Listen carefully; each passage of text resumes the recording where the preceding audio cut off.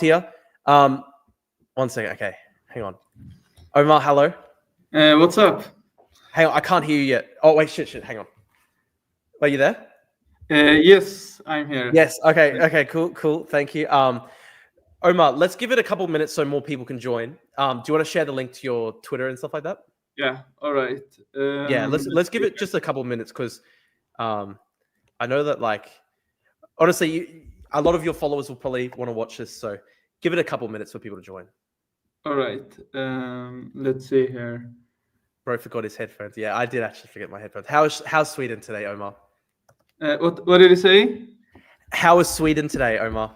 Yeah, good question. I mean, it's a bit hot weather. I think it's actually very humid, more than hot. Right, it's winter here. Here. But I guess you have like air conditioner, like wherever you go. Well, we're winter in Australia right now, but yeah. Let's see. I'm just going to send the link. Let's give it a couple of minutes. I'm happy to give it a couple of minutes because rather than getting straight into it, let's make sure that your people are around too.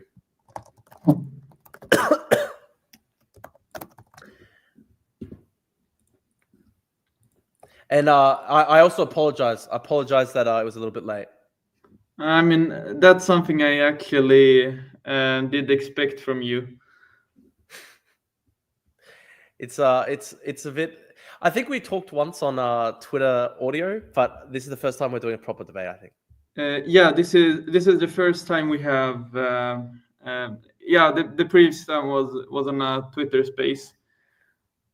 Easy Money says, "Why is he not so tough when he's face to face?" Well, I'm actually a nice bloke face to face. Believe it or not, I'm not insulting Omar. We're actually going to have a respectful discussion. Yeah, sure. Let's see. I'm just going to post there. Okay, StreamYard. I haven't used it before. Yeah, no. I think post the YouTube link. Hang on, I'll send you the YouTube link in the chat, and you should post the YouTube link for your followers to watch. All right, it's the YouTube. Okay. Yeah. Okay, I sent you the YouTube link in the chat, and then post it up, and we can just give it 2-3 minutes for people to join, and then we can get into it. I think we've got 37 people watching on YouTube right now. All right, here. Now. The Greek versus the Turk. This is very true. No, we're actually both level time. You're the Turk here, actually. Yeah, no, of course. I mean, you're well, Cyprus, Palestine, Israel, Syria. It's the same region, Levantine. We probably have a lot of shared genetic ancestry, etc. I mean, yeah, I think actually I've actually done some also research about the late Ottoman Empire, just like out of my own interest, and also and I mean, I think even the term Greeks was actually basically used to identify people who were Orthodox Christian. You're talking exactly. It does seem that a lot of. Like if a Greek converted to Islam, they became Turkish in the history of the Ottoman era, and sort of vice versa. I think if I don't know if there were many cases of Turks converting to Christianity. I don't think that happened very often. But I mean, it was basically illegal in the Ottoman Empire until actually I think the second half of the 19th century. It wasn't implemented. There was a death penalty if you convert from Islam to Christianity, and beautiful progressive. I mean, it's basically the Ottoman Empire declined, and they were on the mercy of the European powers, so they couldn't do much to these missionaries who wanted to convert Muslims, Christians, and Jews. Many of them wanted to convert Orthodox Christians to Protestantism. A Vietnamese guy in the chat says, "Bro looks like Arab Lord Miles." No clue who that is. You don't know who Lord Miles is? Actually, no, I'm not very much. He's that English guy who got trapped in Afghanistan during the war, And then he's become like really extreme right-wing guy. There's another comment who says, ask Omar why he thinks you don't shower. That's a good question, face to face. Omar, you have to... Actually, I just want to insult you. It's okay. much deeper than that. But I mean, you often attack me, I attack you back. So I call I it don't know. self-defense. I don't remember doing a single personal attack against Omar. I don't know. I mean, you call me Adolf Hitler, basically. So I mean, I think you called me Hitler. I think we both called each other Hitler at different times. I understand exactly what your thing is on Twitter. Like you basically. You basically rage tweet something, you want reactions, you get money, and I'm doing that back. You do that to me, man. You engagement farm off me so much. Half your Twitter ad revenue every week would be coming from fucking attacking me. You should be writing me a Christmas card. You should be writing me a Christmas card, Omar. When it's Christmas, I expect a Christmas card. Thank you, Drew, for giving me so much Twitter ad revenue this year, helping me with your rage. You should. That's what I expect for Christmas. I think like engagement farming is in general morally bad, but unless it's on you. Okay, yeah. Well, I expect the Christmas card. We've got a comment. So you would know the Israeli guy Aiden. Would you debate him? He wants to potentially join later. He's extremely fucking annoying, and he's posing a lot of propaganda. I'm not even like at the mood to debate. But I mean, I've seen his shit on social media. Well, he trolls because what he does is like he takes viral anti-Semitic posts. Like, for example, when people go like, because I've seen him do this, like it'll be a photo of the Twin Towers and like, that Sheikh Suleiman guy based in Britain. He's like a Pakistani British guy. And he made a tweet where it's like a photo of the Twin Towers. It's like Zionists did this. And then Aiden just does this thing back. He just takes the photo of the Twin Towers, just says the Palestinians did this. And then people get so mad at Aiden, but he's actually sort of just taking... I saw that post, and he's reversing. He's kind of mocking how dumb the anti-Semitism is because he just reverses it. But there's another comment. Does Omar look like Mike from Breaking Bad? I did actually say that. I did actually say that.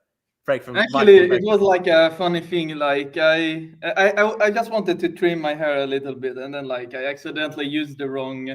Okay. How old are you, Omar?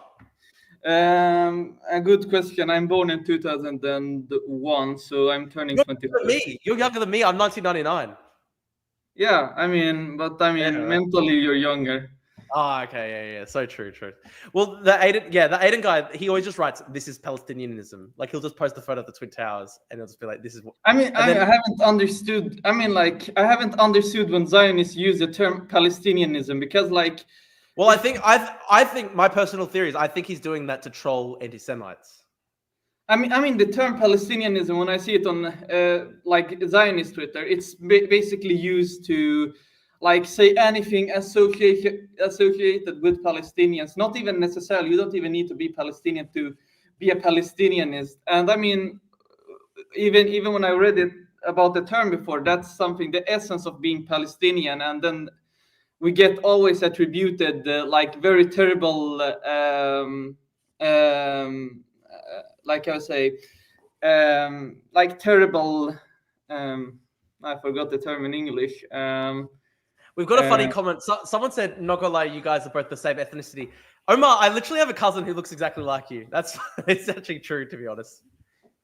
I mean, we're basically. We're Levantines. You just don't look as much as Levantine as us. I don't know.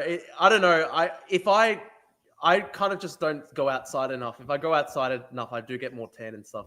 It's funny though, because I don't know. I think the Middle East and the Balkans are pretty amazing because people will basically look the same but hate each other. Like Ben Gvir. Ben Gvir, for example, does basically look like. He looks pretty Middle Eastern, Ben Gvir, for example. I mean, he looks like a frog.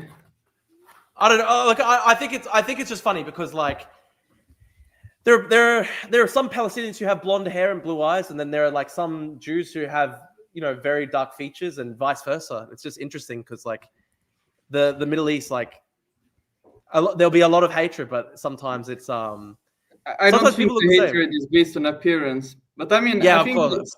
Well, Ben Gvir is Kurdish, as Aiden points out. Yeah, I think it was I actually liked my meme I made on you, like you know that with the Turkish flag and the Oh, green. that was actually a pretty good one. I admit that was pretty. I'll put that on the screen quickly. So we'll start the debate soon, but before that, we're just having a bit of a chinwag. I'll put this up quickly.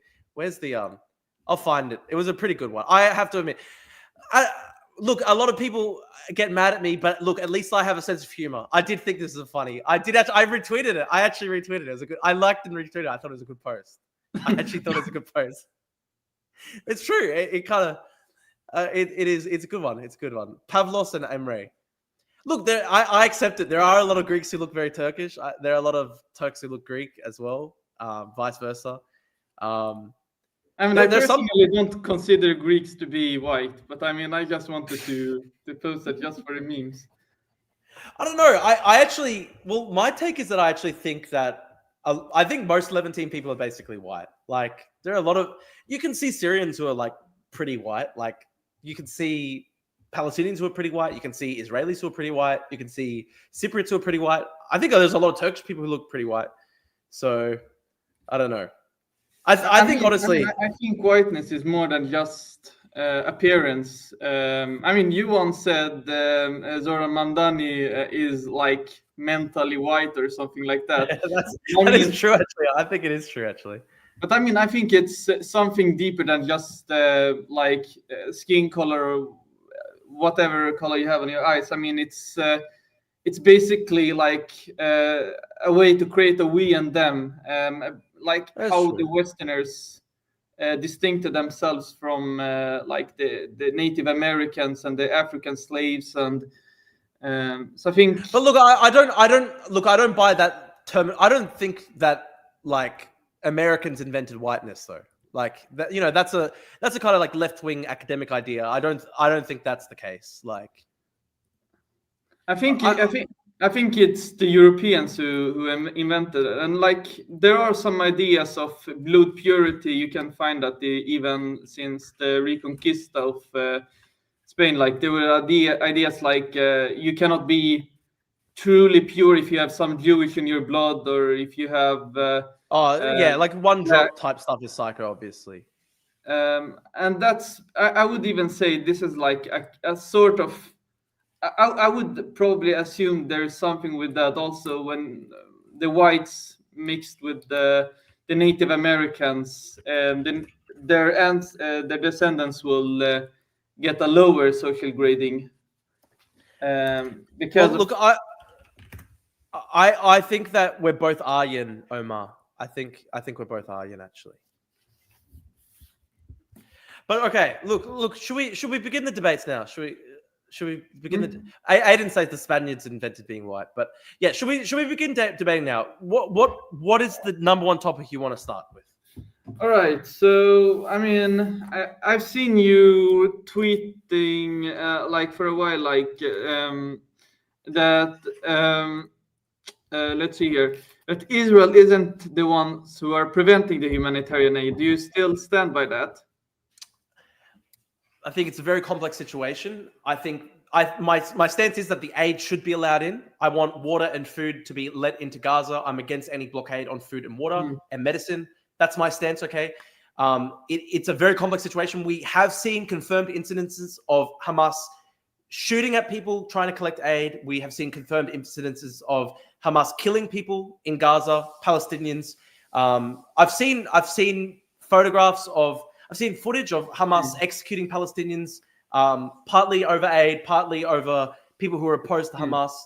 So I think it's much too complex to say that it's just Israel's the only one blocking aid.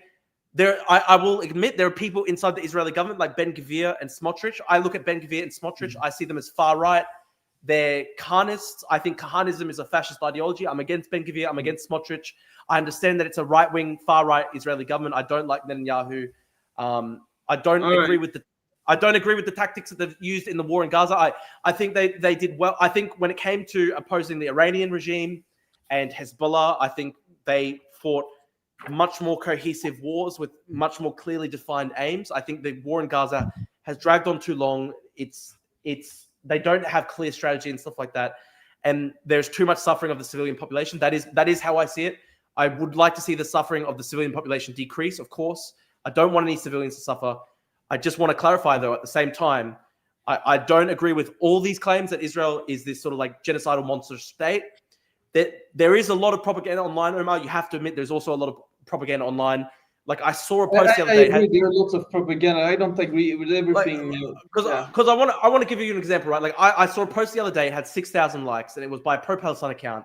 And it was a photo of a cell tower, like a cell phone tower in Gaza. And they said Israel has used this crane. They put guns on the crane, and they're using the crane to kill people with automatic weapons. And they've killed 1,500 people in one day. Like there are claims like that. And it unfortunately makes it really difficult to assess the full information environment in Gaza. There's so much competing claims. You have to admit, Omar, like there is a lot of Hamas propaganda, and it makes it very hard to go through all the information about what we're seeing. I mean, I don't dispute there is Hamas propaganda, but there is also Israeli propaganda. And concerning humanitarian aid, I think here I can even send you links when you request for any of my claims. But for one instance, Netanyahu himself said he wants to, we will have, from his own words, now we're not talking about the actions which are even below his own words, but Netanyahu says, in any path we choose, we will have to continue allow the entry of minimal humanitarian supplies. That's from his own words. But then when you also combine the claim about Israel is not allowing humanitarian aid to enter Gaza. Israel often says, so it's actually the UN that doesn't want to allow the humanitarian aid to enter the strip. But this isn't really the entire, the real story here. For one instance, Kogat, the Israeli occupation authority, which determines whether you have a right to enter or exit the Gaza Strip, and also the West Bank, if we want to talk about that. But they are the ones who authorize the entry of aid, and they have refused many times the aid supplies from the UN. And I mean, despite, and even if you remove the fact that they have been preventing the aid to enter, the times they actually authorize each shit adin, and the times they actually authorize humanitarian aid to Gaza, they are not able to transfer it due to the lack of safety for the convoys. And much of the situation is also fabricated by Israel to pressure Hamas. They want to use the humanitarian aid as a weapon of war to pressure Hamas. And I actually don't want to only state this fact. I mean, since October 7th, we have had many genocidal statements from Israeli ministers. For instance, Yoav Gallant, he was the former defense minister. By his own words, he said, we will cut off food, we will cut off water, we will cut off electricity to the Gaza Strip. That was the 9th of October. And Major Israeli General Ghassan Alian, he said human animals must be treated as such as no electricity, no water, only destruction. There are plenty. I think there are plenty of genocidal intents from the Israeli sides. We can both talk about the intents of preventing humanitarian aid. We can, I mean, by their open statements that they don't want to allow humanitarian aid, but also we can see that in their actions. Yoav Gallant only referred to Gaza City. Yeah, that's a good way to whitewash it. I mean, there was a total blockade of humanitarian aid to the Gaza Strip following October 7th. So I think that was actually applying to the entire strip. So I mean, I mean, I can't see how you can say Israel didn't intend to weaponize the humanitarian aid. Hamas, they have, for some parts, maybe been also trying to prevent some people to get some aid. Sometimes they've been trying to restore order. The problem is, Omar, you have to admit this. Hamas has also been trying to weaponize aid the whole time, because we know that Hamas, they steal aid trucks, they then try and sell it. Do you have evidence of that? They mark up the aid, and they sell it for higher. And I've seen photos. I've seen photos just this week. Of Hamas fighters. I've seen photos just this week of Hamas fighters in tunnels eating very well. And the problem is they steal from the civilian population. That has been pretty much also discussed, if that was a fabricated video or not. Lots of these foods who were in the tunnels, Israel didn't allow such foods to enter. And I wouldn't assume someone could have the same food for like 2 years without them expiring. But I mean, concerning Hamas stealing humanitarian, there may be some cases of it. I wouldn't dispute if there have been cases of it, but like on a massive scale, even U.S. aid, that's an American associated agency that distributes humanitarian aid, or that provides it by other ways. They didn't. They have researched this, and they haven't found any massive Hamas theft of Gaza aid. So I mean, even from the American government agency, there have been no systematic evidence of Hamas stealing it. There may be some individual, but that's not something on a larger scale. It's pretty obvious though. Like how were they paying their fighters? They were paying their fighters because they had a monopoly over distribution of goods in the Gaza Strip. That's how they were able to pay their fighters. How else could they have paid their fighters, Hamas? I think the situation is very difficult to say. I mean, I don't think you pay solely like with food. I think there is. First of all, Hamas may have also stored foods for they've surely counted that for a very long time before October 7th. But I cannot see you can make such claim without providing a strong evidence, because like when we're talking about the humanitarian aid which has been looted, most of the times it has been by desperate people and by criminal gangs, which Israel's attacks on the prisons have been pretty much enabling criminals to be everywhere in the Gaza Strip and enforcing their own their own will on the civilians. So I think the situation in the Gaza Strip, there is a form of anarchy in some places, and in there some is other anarchy. Yeah, I mean, and Israel has been also trying to provide some aid to rivals to Hamas. Abu Shabab, I think these are guys.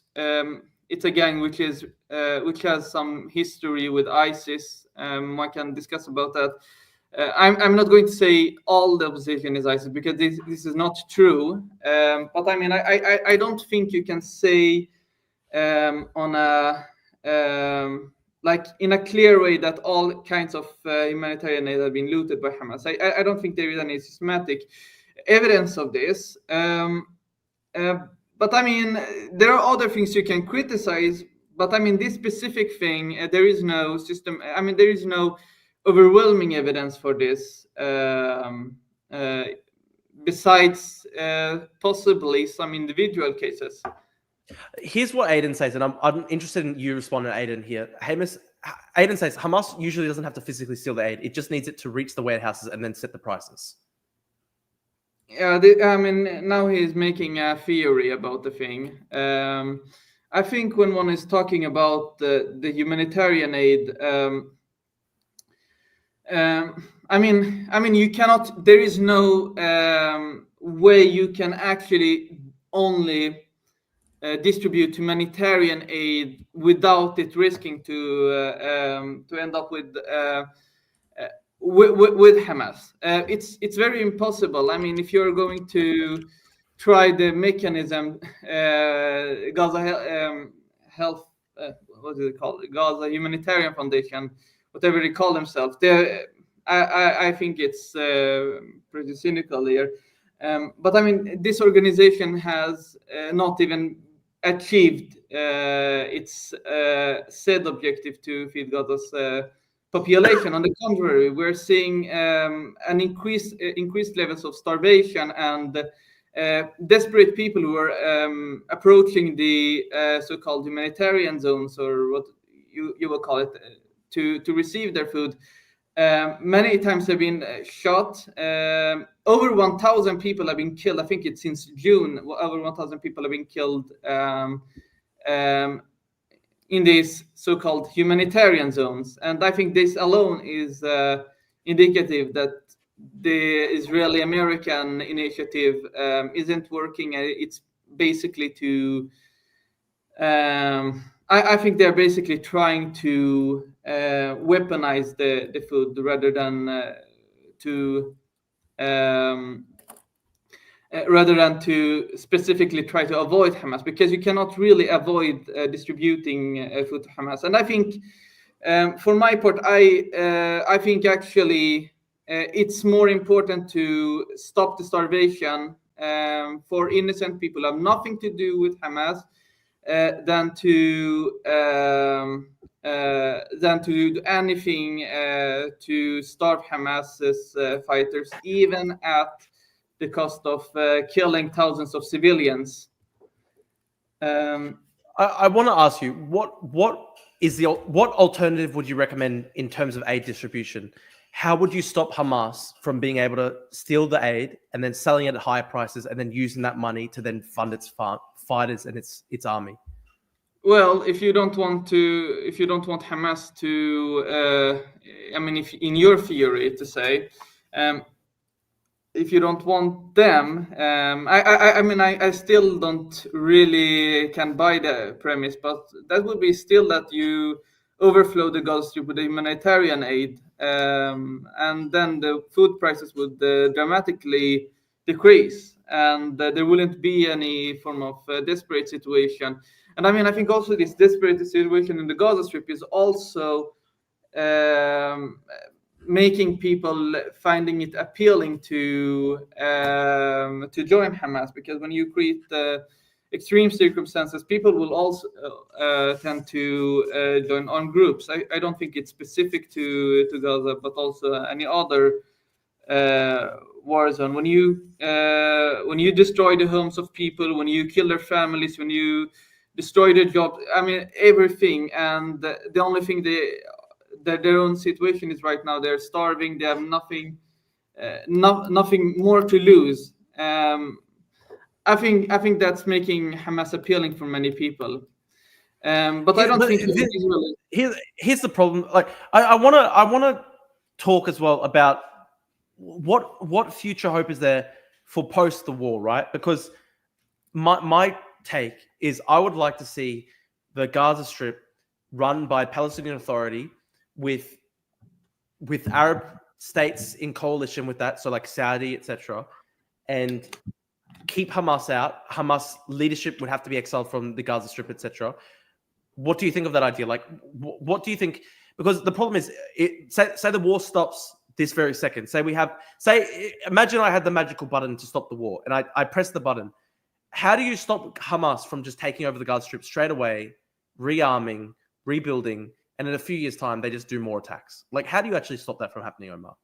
I mean, first of all, I think Israel doesn't even care about. I mean, I don't think even Israel wants the Palestinian Authority to rule the Gaza Strip, and that's the first thing. I know. Look, and I disagree with that. I know that. I know, like, for someone like Smotrich and Ben Gvir, they don't want PA in Gaza. They want to just clear out Gaza. And I want to say, obviously, I'm against that. I've said it multiple times. I'm against the Trump plan. I'm against the full clearing of Gaza. I think that's wrong. I would like to see, my ultimate goal is I would like to see a two-state solution, Israel-Palestine, side by side, the Palestinian state in the West Bank and Gaza. That's how I would like to see it. And I understand that Ben Gvir and Smotrich are against that. I understand that Netanyahu is against that too. He doesn't want a two-state solution. I'm against that. But how do you actually say we could stop the war? Here's your criticism, because you always focus on Hamas, but but at the same time you often ignore the larger picture, because Israel doesn't have any future plan for the Gaza Strip or the West Bank. Actually, if we're even talking about an actual plan, we've seen that Israel has been intending to annex Palestinian lands. We've seen Israel has been legalizing in quotation marks, because it's illegal under international law, lots of settlements. I think it's the largest land seizure since the Oslo Accords, which shows a shift in how Israel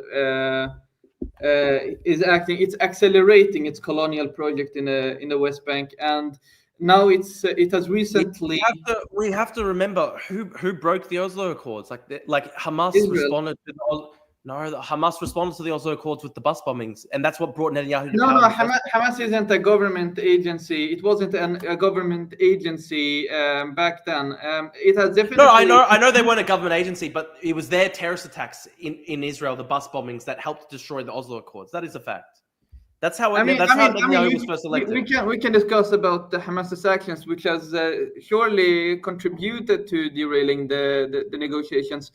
And I mean, Hamas in the 90s, it wasn't as popular as it was after in the 2000s, and much of Hamas's popularity has been attributed to Israel's actions. When Israel is using brutality against the Palestinian people, and the peaceful Palestinian Authority has been by large unable to stop the bloodshed on its people.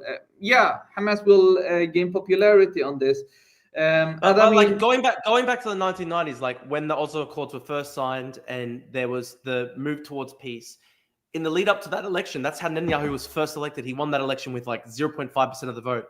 And everybody, like political scientists, they talk about it. The thing that tipped it over the edge was like there was a series of bus bombings by Hamas in the lead up to that election, 1996, I think it was.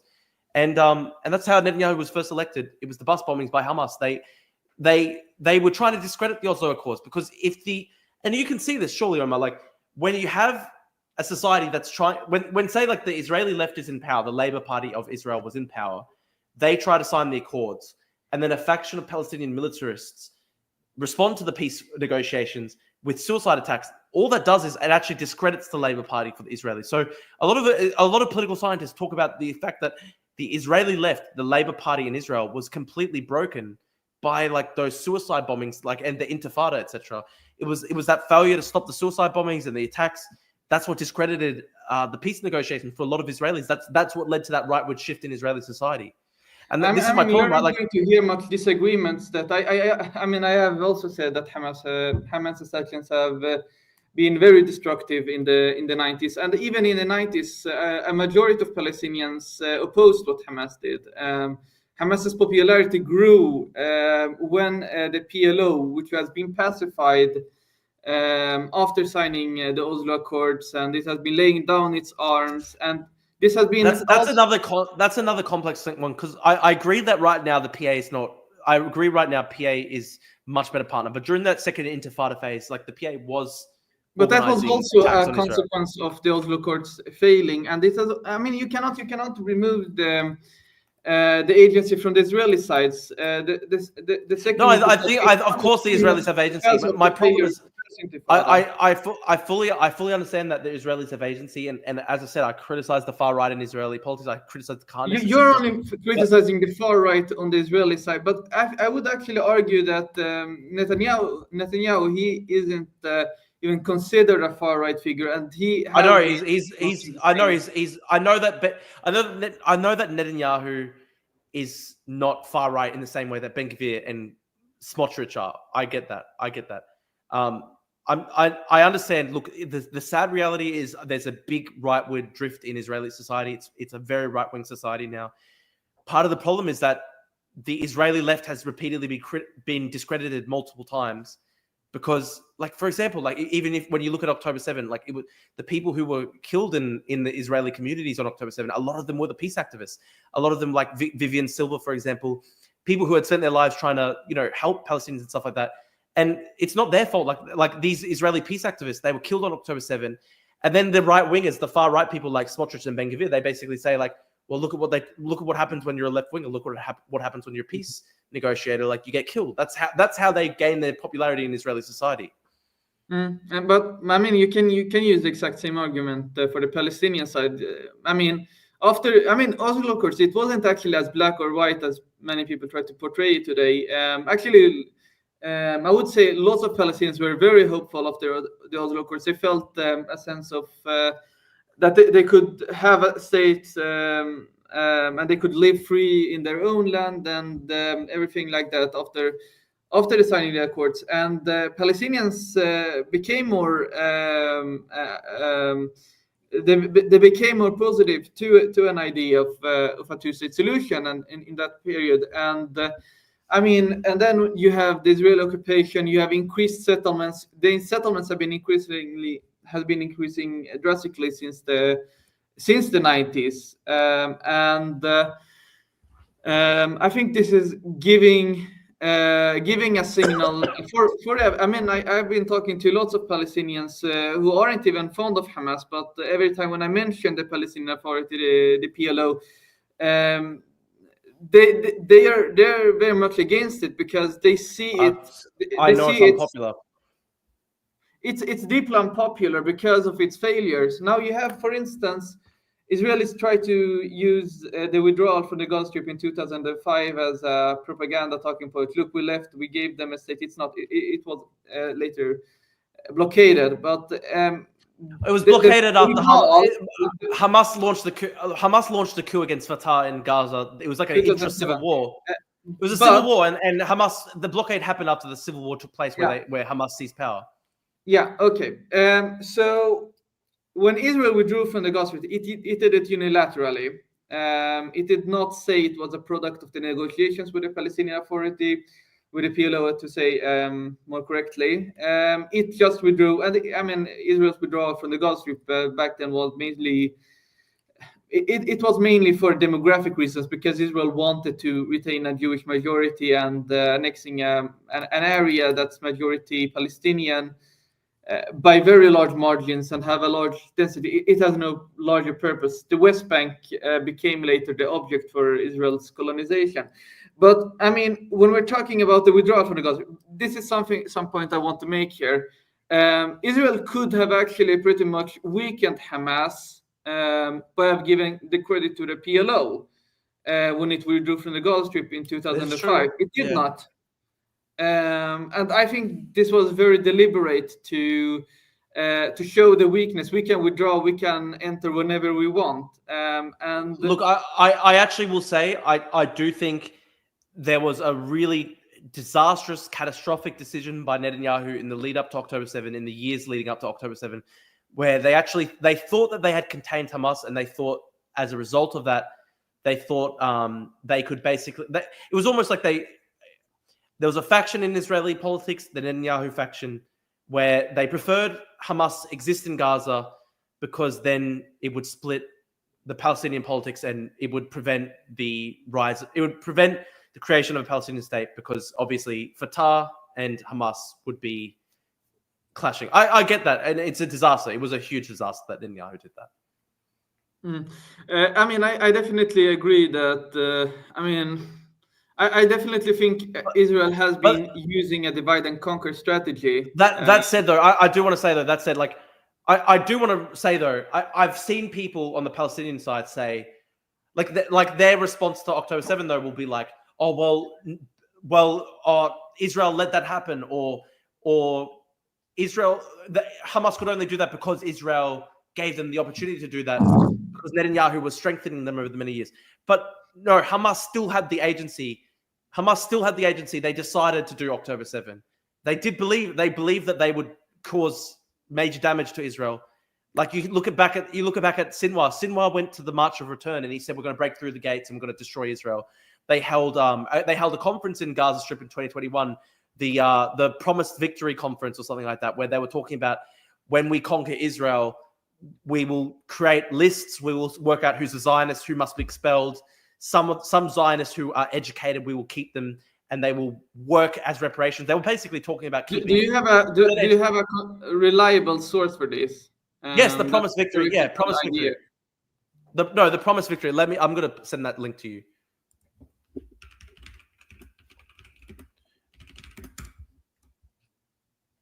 So they held the conference in Gaza, and this was 2021, and essentially they were talking about what they wanted to do once they defeated Israel. And it was called the Promised Victory Conference. All right. You've surely heard of it. I'm not saying. I'm not saying that Hamas. The promise of the hereafter conference. Let me quickly. I want to bring this up on screen quickly because it's important for my argument. Hang on.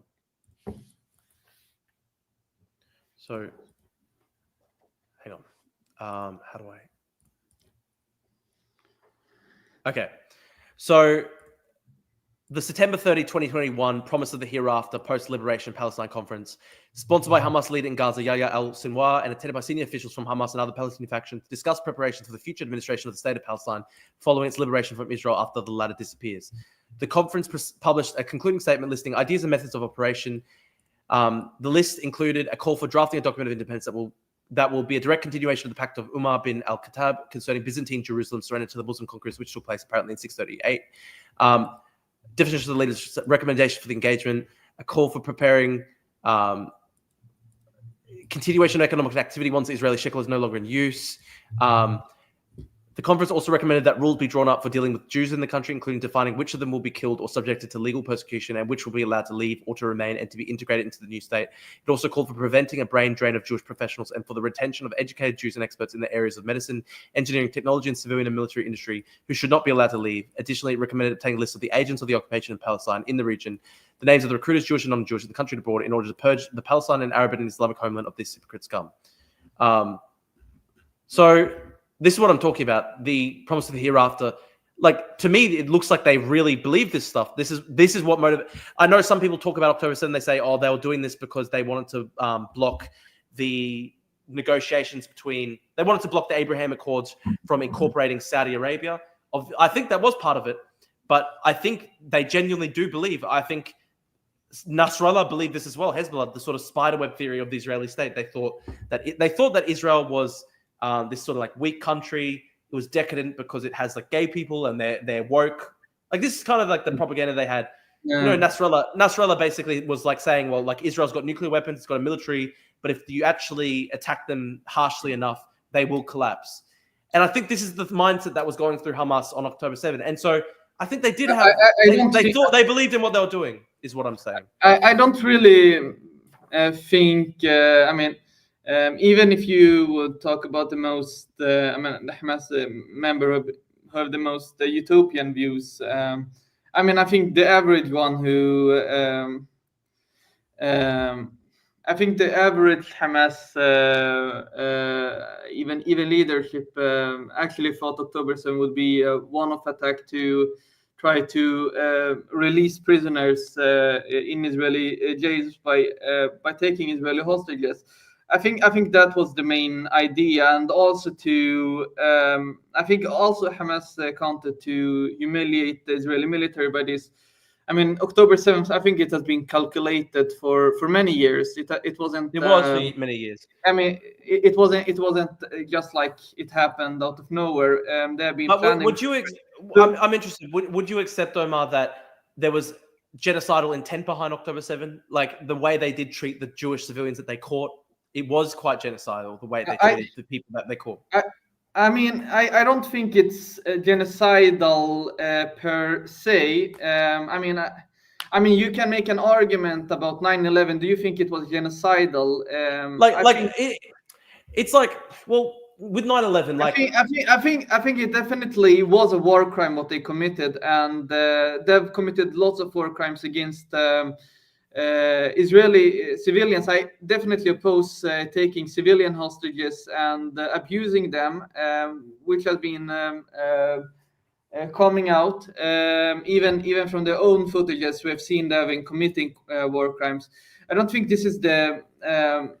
I mean, I'm very skeptical to that October 7th per se is a genocidal is a genocidal act, but it was definitely a war crime they committed, and I think Hamas's goal was.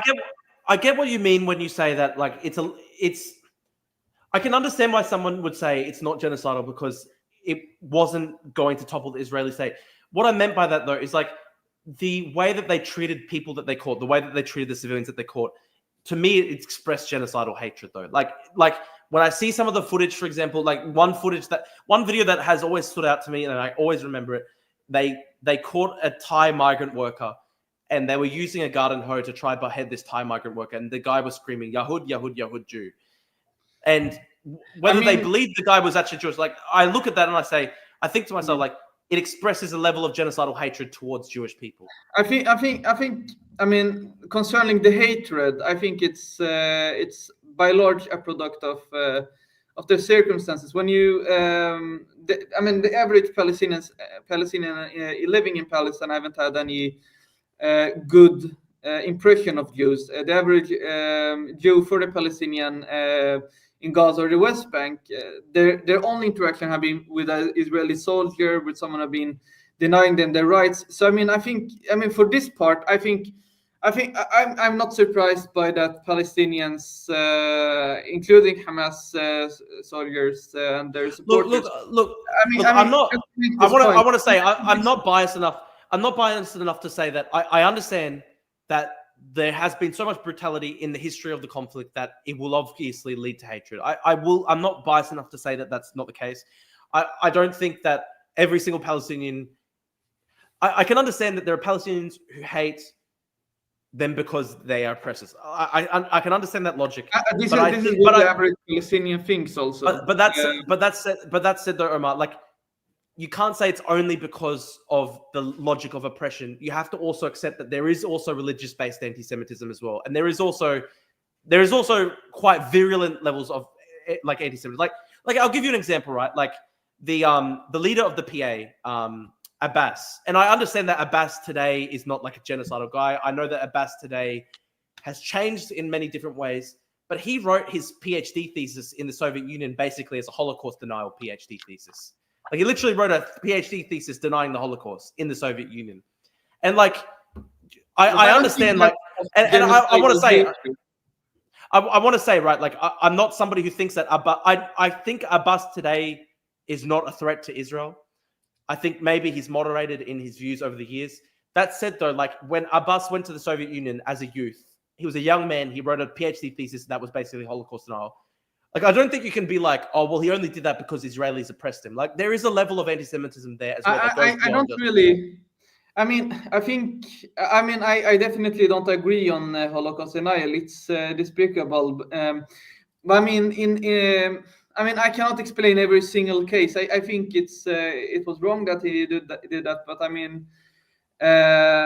I don't think this is an instance of that Palestinians are inherently anti-Semitic. I think it's. I don't think anybody is inherently anti-Semitic. I don't think anyone's born to be anti-Semitic. I think it's like the conditions of a society can obviously. I think it's like culture. You're making the argument. It's the condition. I don't think.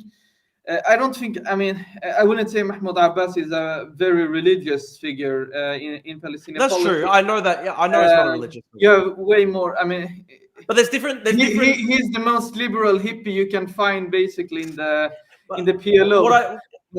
I think what I was saying though is I think there are different currents of it though, right? Like there's different types of anti-Semitism. There's for example, like German anti-Semitism was different to like say religious-based anti-Semitism. I rephrase that. Like Nazi anti-Semitism, for example, is different to like religious anti-Semitism. There's Christian anti-Semitism. There's Islamic anti-Semitism. There's different forms of anti-Semitism. And I can understand. I'm not fully biased. I understand that. Like, look, if I was somebody who was raised in really brutal conditions in Gaza, I can understand why there'd be a level of hatred. I can understand that. That said, though, at the same time, though, I think there is a choice, though. There's a choice to go beyond, hatred of an oppressor towards actually. The level of anti-Semitism we sometimes see where it is sometimes there's conspiracy theories about like a planetary Jewish conspiracy. There's support for Hitlerism. there's religious-based anti-Semitism. Like, I don't think it can just be described as coming from just the conflict. If you get what I mean. I actually disagree. I don't think you would have written any like PhD work on the Holocaust if it weren't.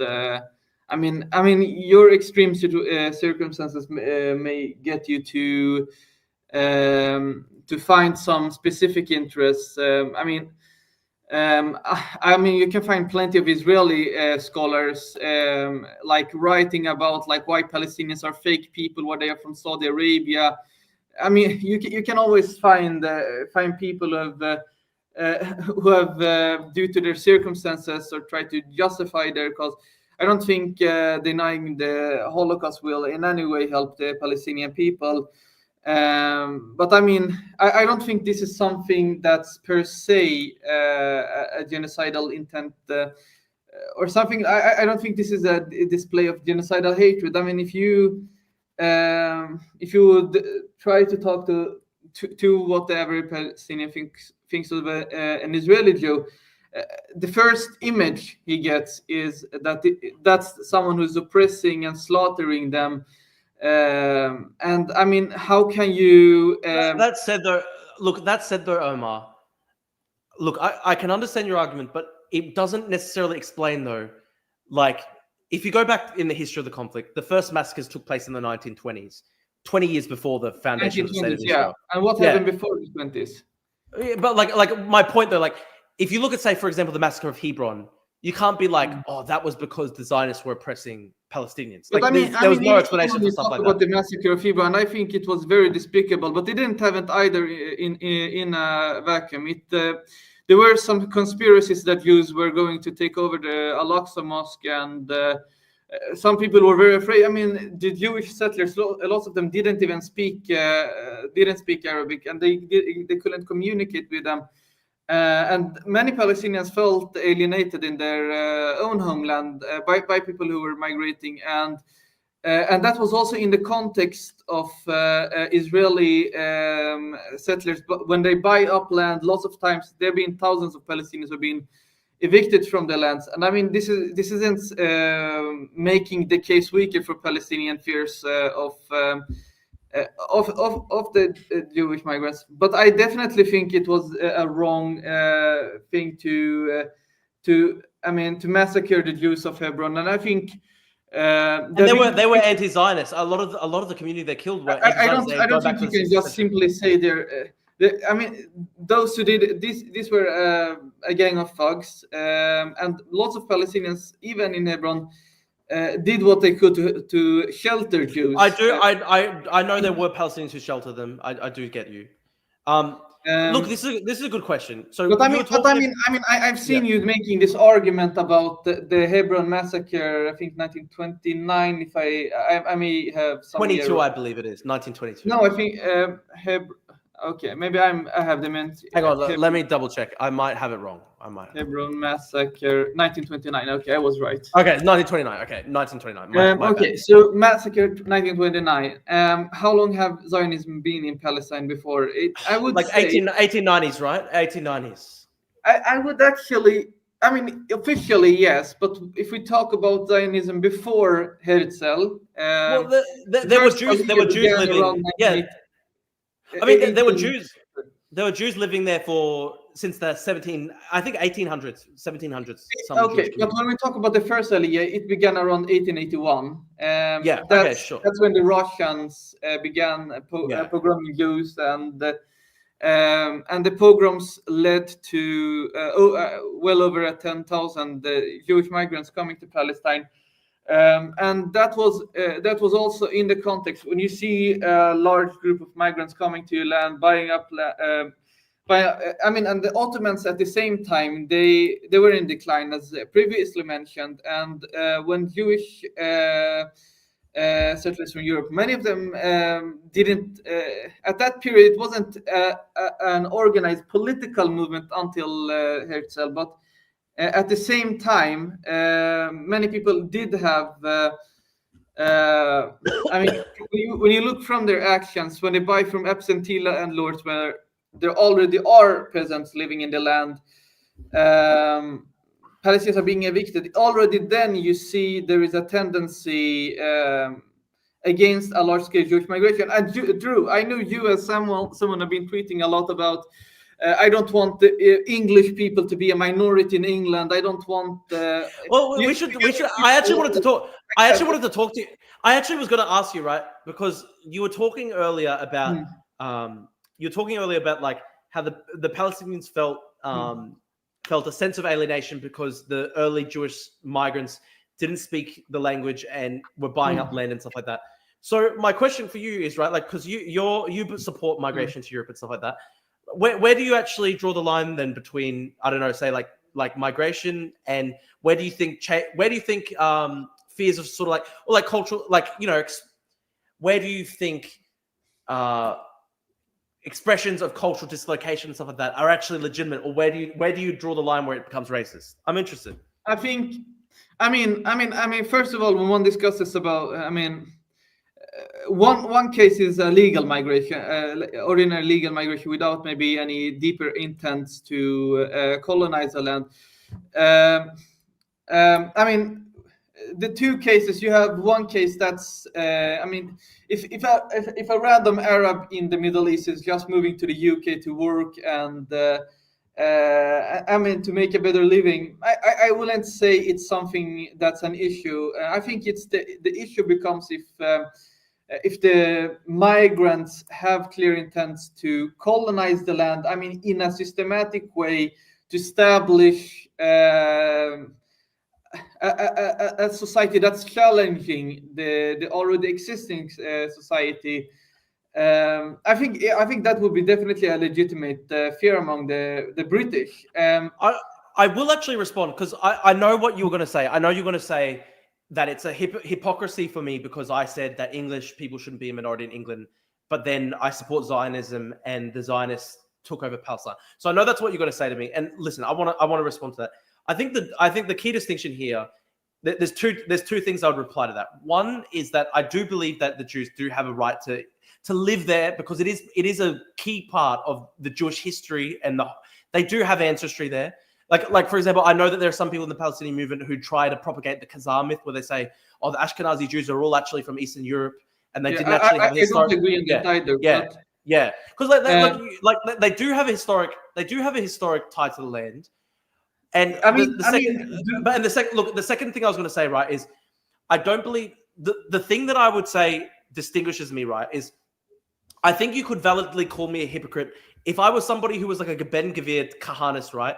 If I was somebody who said, no, everything between the land and the river, if I was somebody who was saying that everything between the river and the sea should only be Israel, then I think you could say that I was a hypocrite. But that's not my position. My position is I want a two-state solution. I want there to be a Palestinian state, and I want there to be an Israeli state. And honestly, if I had my way, if I could magically wave a wand, I wish I could go back in time. The 1947 UN petition plan, it would have basically been, it would have been it's even bigger than, it would have been almost 50-50, right? Like, I know that do you think the partition plan was fair? Because like I know that goes over a majority of the land. So I know that they were majority immigrants. So I mean, Drew, would you justify if let's just like make a theoretical argument, okay, just for the sake of it, if the Romans in Europe would move to India and to the parts they lived before they were expelled, would you justify them? Sorry. They've been also persecuted and mistreated in Europe. Nobody can deny. Are you talking about the Romani? You mean? Yeah, Romani. Okay. So what's the argument here? Like the Romani going back to India and trying to form their own state in India? Yeah. Would you oppose that? I mean, I'd have to think about it in detail. I've never thought about that. I mean, they have also faced persecution and injustices. So in this scenario, the Romani would go back to India and form a state. I mean, look, good. That is a good question. I'd have to study it more deeply. It would depend. I mean, personally, I wouldn't support them establishing a state at the expense of people living there. I think it's it would be an immoral issue, even though they have suffered a lot in the past. They have been their expulsion was much more recent than the emergence of the Jewish diaspora. And let me say this, right? I don't believe in land expulsions. I don't like the fact that there were Palestinians who lost their homes and land in 1948. I don't like that fact. I remember you posted a photo with the village that your family were from, and they lost that village. And I said to you, listen, I wish there was a way that everybody could live together in peace. I don't like land expulsions. And look, if I could go back in time, I wish there was a way to avoid that. I know that you've said that I was a hypocrite, and we had a big debate on this thing, because I know that your position is that there should be a right of return where all people who were expelled in 1947 should have a right to return. Listen, my stance is, in a beautiful, ideal world, I think that would be a beautiful thing. But the problem is, I don't think there's a path to Palestinian statehood with that as a case, with that as a reality, because I just think the reality is Israel would not allow that. And I think the Israelis would have a genuine fear for their security if there was to be massive if we're talking about political reality, I fully acknowledge that it's not possible to it's not politically possible to implement 100% right of return. Can I ask you this? Let me ask you this question, right? If say there was an offer on the table right now, say there was magically, I know obviously this is not the political reality right now, because we've got Netanyahu in power and all this stuff.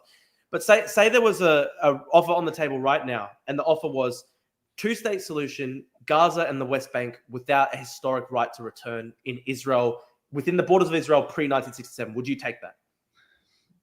I can take a direct stance like this, but the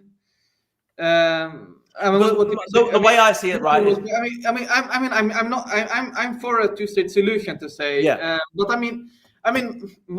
What I actually think about the discussions, what we should do next. I think the European Union has a good model of freedom of movement and freedom of settling. You can be a Swedish citizen, live in Germany. You can. I think the reality, though, Omar, is we are probably 200, 300 years away from that when it comes to Israel-Palestine. The level of hatred, right? I don't think that Ben Gvir can live next to Nobody would expect the Germans and French people to have good relations just decades after the Second World War. I think. That's again, even in that case, though. Look, that took decades, and it also required basically the complete. Let's look at the reality of what happened at the end of World War II. The reality of what happened at the end of World War II was Germans were expelled from basically all areas that were not under this. They were also not justified. But look, to get to the point where the European states were secure enough in order to create this European Union and eventually get to the model of freedom of movement. What happened was Germany was completely demilitarized and completely destroyed. And also, there were decades that passed, and also there were millions of people who were expelled from their homes. And I'm not saying it's justified that all this terrible stuff that happened. Germany wasn't entirely demilitarized. That's not really. I want to say. I want to clarify. I'm not saying that. I'm not saying that to say that Palestine should be destroyed. That's not what I'm saying. All I'm saying is that if we look at the example of the European Union and we look at what happened at the end of World War II, the reality is there was complete comprehensive demilitarization of Germany. Nazism was completely defeated. It was pretty much directly militarized after World War II. It was the Cold War, and the East and West Germany were pretty much both militarized. And what can I say? But the Nazi state was fully and totally dismantled, though. Yeah, but on the in the same time, most of the Nazis didn't face any punishments and one can say that was maybe a heavy price to pay for reconciliation. One can make that argument, but Germany didn't the average Germans didn't face any who committed the Holocaust didn't face any consequences for their actions. But even when you talk about Germany, I think it's I think what actually led to peace in Europe was that there wasn't a too much sense of retaliation. I mean, people had their grievances after the Second World War, but at the same time, people tried to put the past behind and try to build a future. Germany and France, they began to create trade networks. They sold what was it? Carbon, coal and steel, and they traded a lot. And I think economic prosperity can actually help diffusing different tensions. But I don't even know how you can apply this even in the case of Palestine, because the relation between Israel and Palestinians, it's deeply asymmetrical. Israel has clearly a stronger position than the Palestinians, even if you would have an independent Palestinian state that's Can I make a point here? I see this talking point a lot, and people always say that like the Palestinians don't have a state, the Israelis have a state. There's a big sort of asymmetry there. And look, I can understand that on one level, but I do want to say at the same time though, the Palestinians do have, and they have been able to demonstrate this time and time again for basically since 1948. There's basically not been a single moment since 1948 where the Israelis have had full security. Would you agree with that? Yes, but on the other hand, I think, and my point this whole time is, I think the fact that there's not been a single year of security for Israel since 1948 is probably why there's so much right-wing radicalization in Israeli society. Politics shift due to their circumstances, but I wouldn't say that's something that's absolving Israel from its responsibility. Israel has also got a lot of its security guaranteed by Western countries who aren't even conditioning like how Israel is acting. America had to force Israel to allow humanitarian aid to enter the Gaza Strip. This is how bad it was.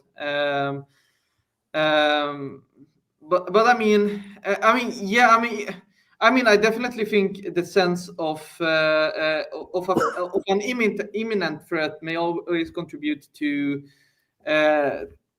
people being right wing in politics. But I think this is also a simplification. I think there is. I think psychologically that's the thing that makes people right wing. It's like the insecurity, you see when crime, for example, affects somebody. Like I experienced this myself, right? Like I had my wallet stolen, and after that I was like, I want this criminal punished. It's a real phenomenon where people like, it's like it is a real thing though. Like I think it's like that feeling. You can make the same argument about Palestinians hating Israelis because. Yeah, that's true. I understand. Look, I will actually accept that Palestinians, part of the big problem of Palestinian radicalization is obviously in response to Israeli action. I think it's a mutual cycle of radicalization, unfortunately. But who do you think have the most responsible position here? Because if you have much more power than me, and if I am under the boots of yours, who do you think has the most responsibility? Because now even if you get rid of Hamas, you will still get attacks against Israelis from Palestinians. Many of them whom would be lunatic attacks. You can see such in the West Bank, for instance. What would you? Who would you lay the largest responsibility? In my opinion, I would put the largest responsibility on the largest share of the violence perpetrator of violence. It's the Israeli occupation. I think as long there is an Israeli occupation, as long Palestinians are being oppressed and slaughtered, I think you will always expect either Hamas or any other organization or lunatic attacks against Israeli settlers or even outside it. Personally, I'm against Israeli settlers in the West Bank, but I'm just making one instance. There are also attacks in Tel Aviv. You've seen some car ramming attacks. As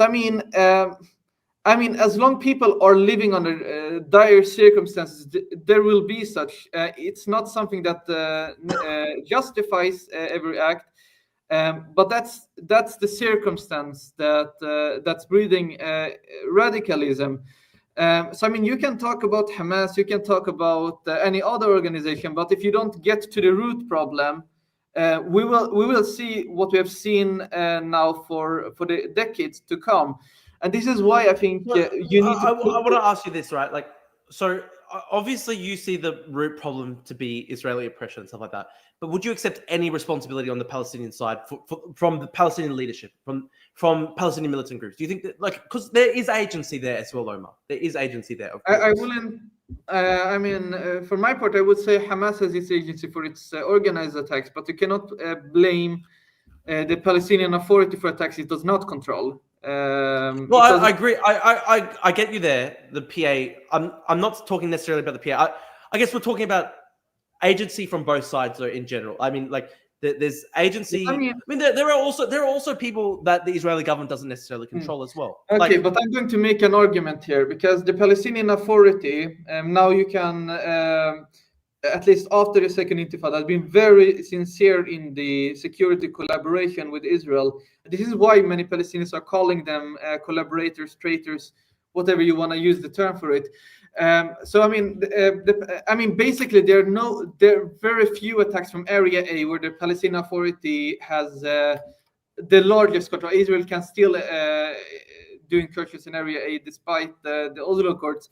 And also in Area B, it's still fewer, and even though I mean Area B, it's higher attacks against Israel because the Palestinian Authority doesn't control there. But I mean, you see there is a clear pattern of the sincerity of the Palestinian Authority, and what do the Palestinian Authority get in exchange for in many times arresting?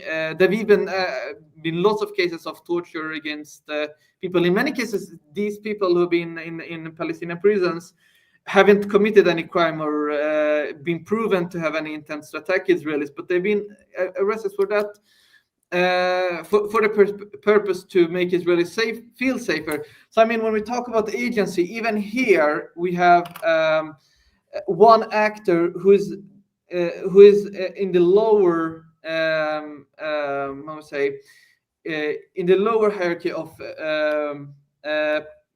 power symmetry, and still I mean, the Palestinian Authority still gets blamed for whatever. I mean, what are the Palestinian Authority gotten for any of its actions? I mean, well, can I say this, right? Like you say that there is nothing to show for the PA's moderation. But if you just compare, for example, like the situation for Palestinians in the West Bank and the situation for Palestinians in the Gaza Strip, obviously there is still terrible stuff happening in the West Bank. I agree with that. I understand that there are settler extremists attacking people in the West Bank. They're also defended by IDF. That said, I want to say that, Omar, like you would, of course, have to objectively say conditions for Palestinians in the West Bank are much better than conditions for Palestinians in the Gaza Strip. Right now, yes. Yes. But on the other hand, yeah. So surely that does show that like there's a direct link between like October 7 and like the horrible war that takes place in Gaza Strip and the terrible suffering that takes place. Like there has been a choice by Hamas to take out. Like Hamas tried a strategy of total war against the Israelis. And that was so disastrous. I'm not agreeing with Hamas's actions, but I mean, if we compare the West Bank with the Gaza Strip, this is a good case you're making, because the Gaza Strip was an open air prison. It was like the situation even before October 7. It wasn't good. It wasn't perfect. It was better than after October 7. I definitely agree. But I mean, when you talk about the Gaza Strip, I mean, prior to October 7, the life expectancy in Gaza was higher than the life expectancy in Cairo, higher than the life expectancy in Glasgow. That's another. I mean, you can make whatever argument to deflect from the reality in the Gaza Strip. Yeah, it was still terrible. Egypt wasn't under a blockade or anything like that. And I mean, one can discuss this in isolation. But I mean, what I want to say about the Gaza Strip here is that you did not meet an Israeli soldier every day when you're going to your work, when you're going home, when you're going to your friends. in the West Bank, you go from area A to area B. You need to pass through an Israeli checkpoint, and sometimes there are long queues. You need to wait for hours to pass from your job to your home, and many times you're being humiliated, assaulted by Israeli soldiers, even attacked by Israeli settlers. So I just like to shed light on the reality. You did not have the same kind of reality in the Gaza Strip. Now talking before October 7, because I have been also to the West Bank, and I even I hold a Swedish passport, and I've been still mistreated by the Israeli soldiers, and you can only imagine people without that. Aiden raised a good point, and I think this is what. But by the way, can I add Aiden? And we won't make it a 2-on-1 debate. It'll basically just be Aiden v you. Is that okay? I'm not interested in having a debate with him. Really? How come me but not Aiden? I mean, you're someone who's very annoying, and I just want to debate you. I'm not interested in this guy. Look. Aiden says this though. He says there are no checkpoints in the West Bank before the Second Intifada. Like that's true. That's a deflection. But that is an example though of like decisions made by Palestinians made situation worse. Because there were hundreds of suicide bombing attacks in the Second Intifada. Hundreds of suicide bombing attacks. Okay, so if the checkpoint was, and like the walls went up after that happened. I remember there's this girl in Australia called Yasmin Poole who's like a very progressive, like she's like a progressive leader and everything, and she gave a speech and she said like the thing that really radicalized her was when she went to the West Bank and she saw the wall. And look, I can understand like it's not nice to see the wall, but like the reason the wall went up was because there were hundreds of suicide bombing attacks. Okay, so if the issue is the suicide bombing attacks, then you have then what Israel could have done, and actually what many Israeli generals have been also endorsing even before October 7, it's to have a two-state solution, have some land swaps, some areas. Can I say this though, right? Like. It's what I agree. Look, I want the end goal. And then you can build the wall out like on the Israeli territory, but Israel is building the wall inside of the West Bank, between the different areas. So if you're going to your job, you need to sometimes wait for several hours to. You need to wait for several hours to reach your job and then go back. And sometimes, I don't agree that you should collectively punish millions of people for the actions of you. And now you don't have suicide attacks anymore. I think there is even a fatwa against it. Even Hamas isn't carrying suicide attacks as far as I'm concerned. Well, look, here's the thing. Here's the thing, though. I know you say that Hamas is not doing suicide attacks right now. I've seen that one of the top leaders of Hamas during the war encouraged a return to suicide bombing attacks against Israel.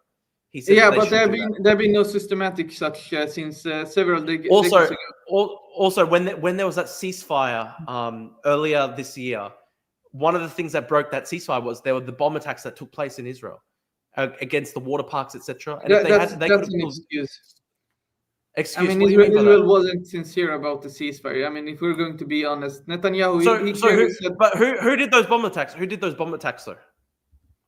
I mean, you can talk about whoever did. I have nothing in front of me to directly. Another thing I want to raise, like. For example, like when that ceasefire broke down, I think a big moment in the breakdown of that ceasefire was the way that they paraded with the Bibas family coffins and I definitely disagree about. I mean, I definitely disagree about how do that. I criticize this. I'm taking back for this, Drew. I'm very willing to criticize such. I know. All I'm saying is like the reason I know you condemn Hamas. I'm just saying like the reason I bring this up is like I just want to point out like there are decisions made by. I have not said there is no agency on the Palestinian side, but at the same time, I think the largest share of responsibility is on the person who has on the person who has more power. If you have I mean, if you have much more power, I mean, would you put a lot, let's say, an adult man, an adult man beating up a child? Would you say, and the child maybe just like See, this is the did thing, though. something to annoy the larger? I mean, But you see th- where the power asymmetry is. Israel, I just Israel, yeah. I understand the point you're making, but I just don't see it as a similar. I don't see it as the same as an adult beating up a child, because if you look at what happened on October 7th, like no child, like there's no equivalent, right? Like that was 1,000 people killed. It was one of the worst terrorist attacks in modern history. Like, so you can't just be like, oh, it's like the equivalent What of do you like a call child. what Israel did after October 7th? Sorry, what'd you say? What do you call it? What Israel did after October 7th? Do you not think it's terrorism what they've been doing? Look, it's a war. It's a horrible No. war. I mean, what makes what Israel has been doing since October 7th, murdering tens of thousands of people? I think there may be even estimates now what the health ministry, which even Israel is using. I mean, when you're talking about the death tolls, that's pretty much conservative to what the shadow numbers of this genocide.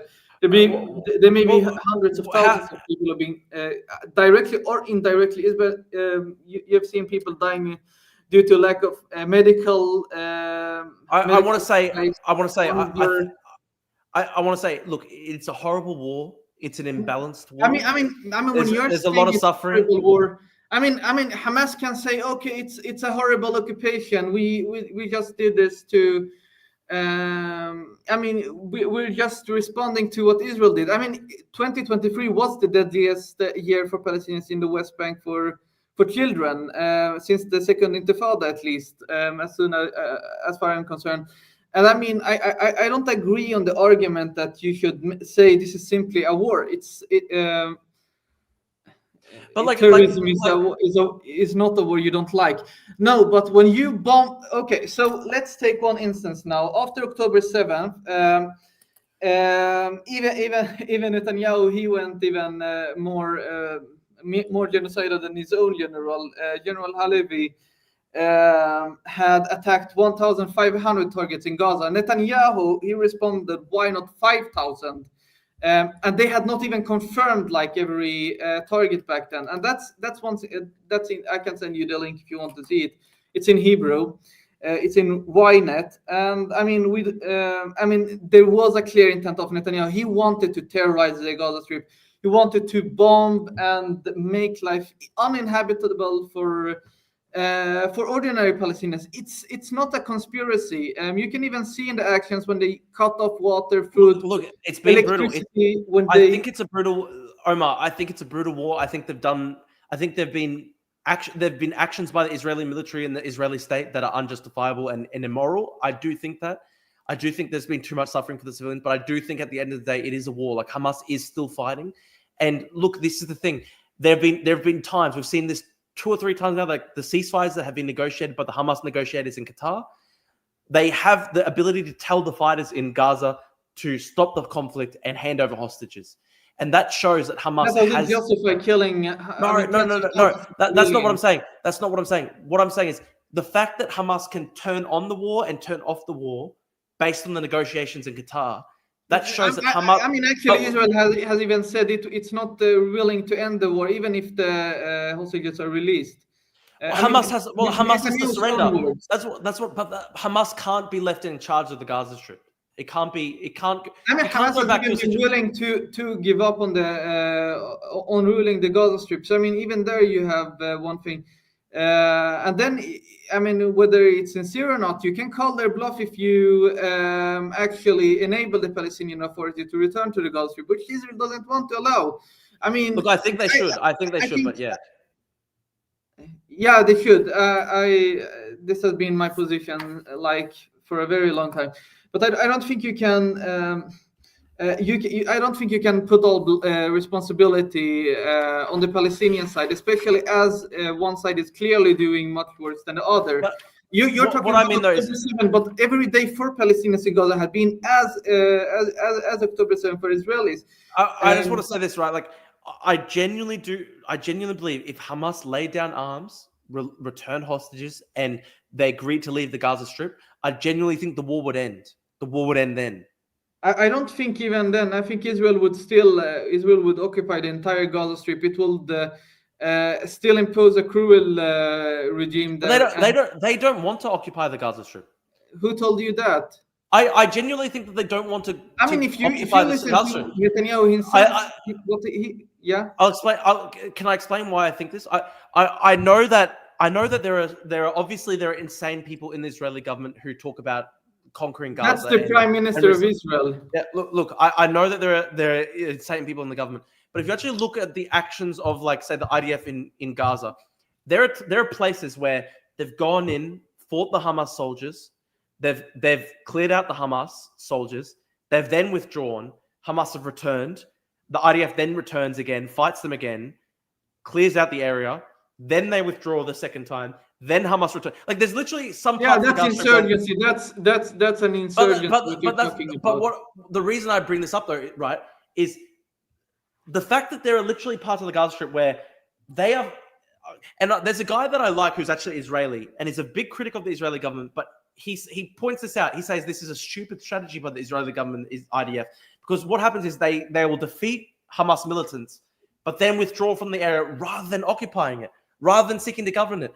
Honestly, I actually think one of the biggest disasters of the war, one of the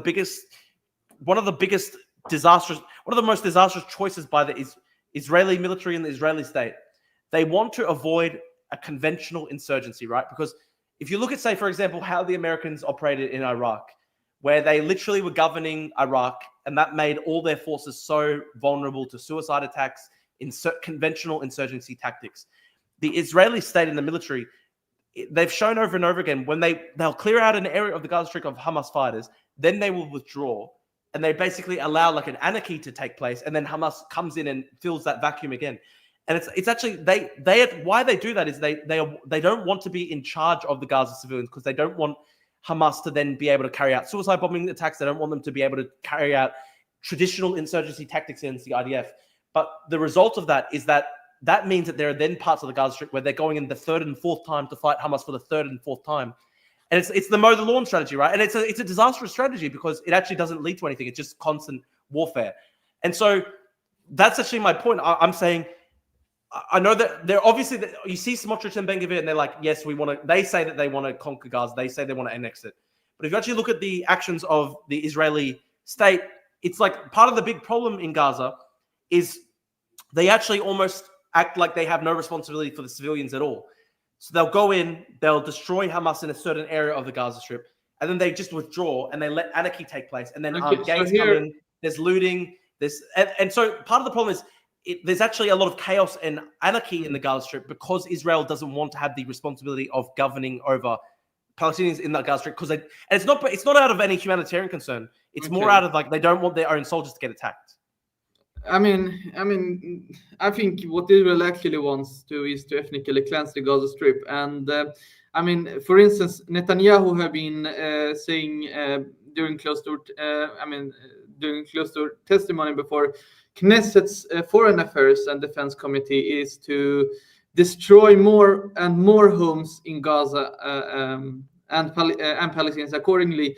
So they will have nowhere to return. I think Israel has been very deliberate to. I think he has been very deliberate to destroy the entire Gaza Strip. You can see that since the October 7th, that Israel has been willing to indiscriminately harm civilians in the Gaza Strip. I think Israel's goal is to make life unbearable for ordinary Palestinians in Gaza, for them to consider to move abroad. I don't think this is a crazy idea when you see how much Netanyahu is obsessed with the idea of voluntary migration, which I think unfortunately there's a large section of Israeli society and the government who want the Palestinians of Gaza to leave. And listen, I think that's wrong. I think it should be a two-state solution. But my stance is I think the very first step of a two-state solution would be you have to have Hamas out of the Gaza Strip, because I just can't see any chance whatsoever for a two-state solution if Hamas is still governing the Gaza Strip after the war. This is, yeah, you can. I'm just saying here, I want the Palestinian Authority to rule the Gaza Strip, but you cannot have a two-state solution with an Israeli government that does not want to, that is not pressure to. I haven't seen you much pressure trying to show to show that Israeli government isn't like the issue in the Israeli government that they are not intending to. I think.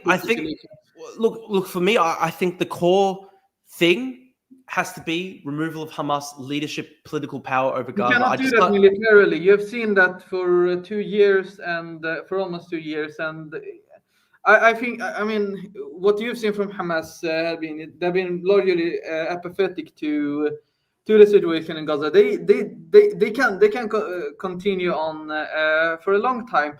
I think, and I mean, I'm not even expecting Israel to be humanitarian, because seeing how Israel has been committing war crimes every single day, killing Palestinians, violating Palestinians, and I mean, in every possible way. Every single war crime, Drew, you can mention from October 7th, which Hamas committed, Israel has committed the same. You talk about rapes, Israel has committed. You talk about torture, Israel has committed. And everything you're going to mention about what Hamas did on October 7th, Israel has committed on a larger scale. And you see the entire Gaza Strip is annihilated. And this isn't to fight Hamas. This is to fight the Palestinian population. But there is a conflict between Hamas and the IDF in Gaza, Omar. Like we know.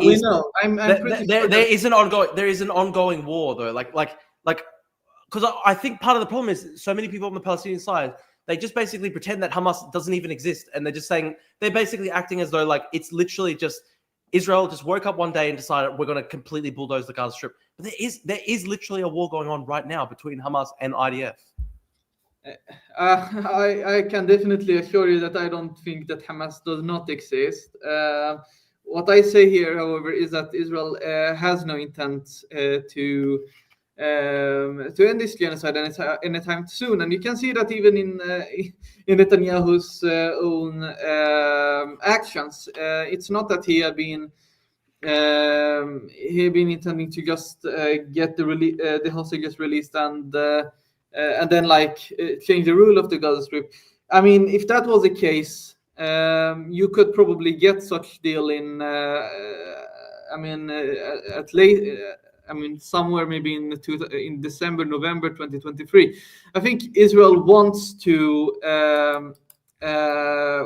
make Gaza Strip uninhabitable, and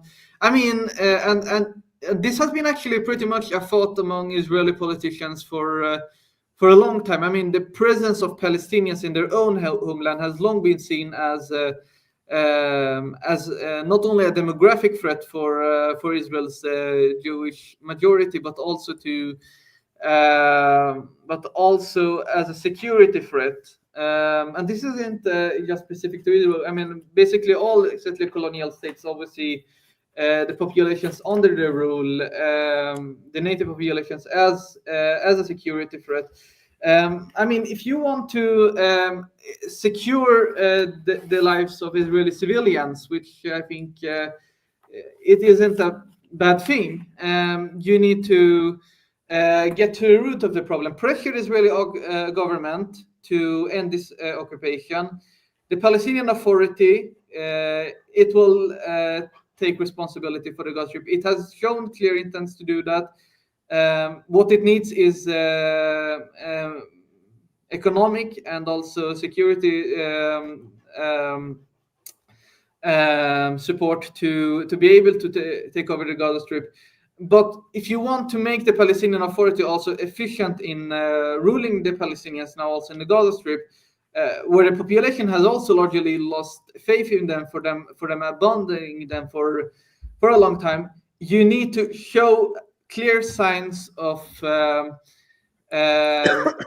hopeful future. If their only future, what they can imagine is a continued Israeli occupation, you will have Hamas and similar groups challenging the ruling authority. This is what happened in 2007 in the coup, and I mean, if you try to make the Palestinian Authority gain many political and diplomatic wins and show that you can actually achieve a state through non-violence and diplomacy, I think that would plummet Hamas's popularity and even the idea of armed resistance when the lives of for ordinary people improves. So I mean, my focus here is to improve the conditions to actually achieve peace, and I mean, and I don't think you can solely blame it all on Hamas. Israel has not shown any intent to achieve a two-state solution. The Palestinians. Can I ask you something, Omar? I remember. I think this was one of the posts that I probably disagree with you the most on. I think it was a conversation. It was a debate about the exile of Hamas from Gaza. Yeah, and because one of the negotiations. Yeah, Hassan's post. I remember it. Yeah. So you were saying. I think what you were saying was that you could understand it for like the top Hamas leaders, but if somebody in Gaza was not, I don't think you should expel the ordinary Hamas members. Many of them were maybe politicians, others are fighters. But I don't think you can expel a large amount of people to abroad. First of all, they are in their own homeland. They are Palestinians. This isn't like PLO in Lebanon during the Lebanese civil war, which I think actually was reasonable for the PLO to relocate to Tunisia in that circumstance. But these people are in their own homeland. They have the right to be there. And I mean, Hamas, whether one likes it or not, is a part of the social fabric. I'm not fond of Hamas, but I think... but I don't think you can do a large-scale expulsion of people just because they are. I remember I remember what you said, and it was this argument. Just you said like you could, yeah. You said that they should still be considered part of the Palestinian nation or something like that. I mean, there are people living in the. I mean, would you make the same argument about the Israelis who've been served in the IDF or the Kahanists or those who have been voting or been members of the ruling party? You wouldn't say that would be probably millions of people you would expel to I don't know where. We're talking about. You cannot deny that. You cannot deny the Kahanists in Israel are part of the Israeli social fabric. That's a reality. So let me just ask you, right? Okay, imagine there's like a magic button. We can turn the war. We can stop the war now, but part of ending the war is that Hamas members have to leave Gaza. And say, I don't know how many people that is. Maybe there's 50,000 people, something like that. Would you seriously not stop the war so that 50,000 Hamas members could remain in Gaza? Because I can't understand that. The suffering is so immense. I don't have such bottom, man. I mean, like. I know, but what I'm saying is like the situation in Gaza. Principle. The situation though is so bad. You should be. I mean, I don't think you have a right to expel people from their own land. If that was probably in an argument, I mean, if I would maybe say like this, if there was like an argument about the right of return, and many of Hamas members are from areas that are from today's Israel, I would probably understand that argument that Palestinians wouldn't be able to. Hamas members not able to return to areas that are in Israel or not allowed to enter Israel at all. I could understand it, but that's in the Gaza Strip. That's their society. I think what can I ask you this though, right? Like, so the way you have said it's a genocide. That's your belief. Yeah. And obviously we have a disagreement on that, but that's your view. So you say it's a genocide. What makes what Hamas did genocide, but not what Israel did genocide? Well, I think that Israel is fighting a war to try to defeat Hamas. I understand that there is Hamas a level fought a war to defeat Israel. There you have it. But I don't think that Hamas was just trying to like defeat Israel. Like, I think if you look at, for example, the promise of the Hereafter conference in 2021, they were literally talking about when we defeat Israel, we're going to keep Jews as slaves in our country. And then you have also Israeli politicians talking about Amalek. They want to kill every person, or I think lots of such statements from high Israeli. I mean, this is just one. But I want to ask you this though, right? Like intents. Drew, when you talk about intents, it's not only in words but also in actions. There have been clear patterns of actions which confirm Israel's intents. Do you know what the power target is? Because like that's something Israeli.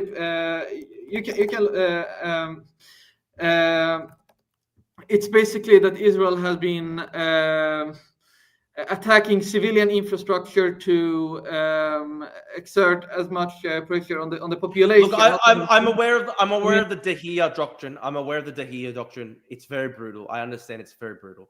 I understand it's brutal. There's brutal things that the Israeli military and state do that I don't agree with. I wanted to ask you though, Omar, like the reason we brought up the question of genocide. So you say this is a genocide.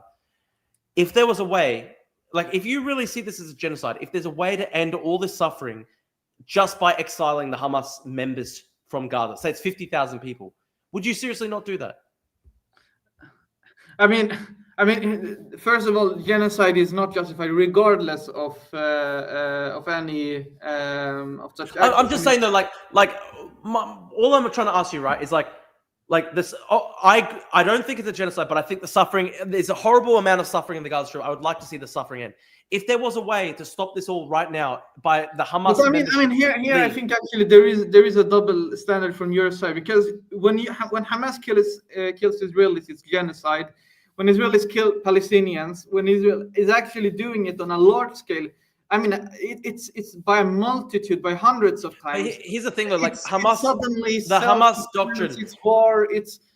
Do you not see the issue in this argument? The problem is like the Hamas charter is literally predicated on the destruction of Israel. And I mean, I think October. Like Hamas has said over and over and over again that its ultimate goal is the full destruction of Israel. And what you see from that would be 6 million people dead. That would be millions of people dead. Assuming here, Israel has destroyed the entire Gaza Strip. So what you talk about, what Hamas hypothetically have said they wanted to do, Israel has done that. So how is what Israel doing not a genocide then? Look, we want to destroy the entire state of Israel. Israel has destroyed the entire Gaza Strip. Look, I don't think. Look, there's a huge amount of destruction in Gaza. I understand that there's a lot of suffering, but I still don't think that the result. Like Aiden makes this point in the chat. It's like result versus intention, right? I agree. There's been result too much is suffering. Actually often also the result related to intention. But you think? But there is an ongoing. Let me ask you this, right? Like, for example, there was so much destruction of the cities of Raqqa and Mosul when ISIS was. That's a thing called there deflection. was so much destruction. What?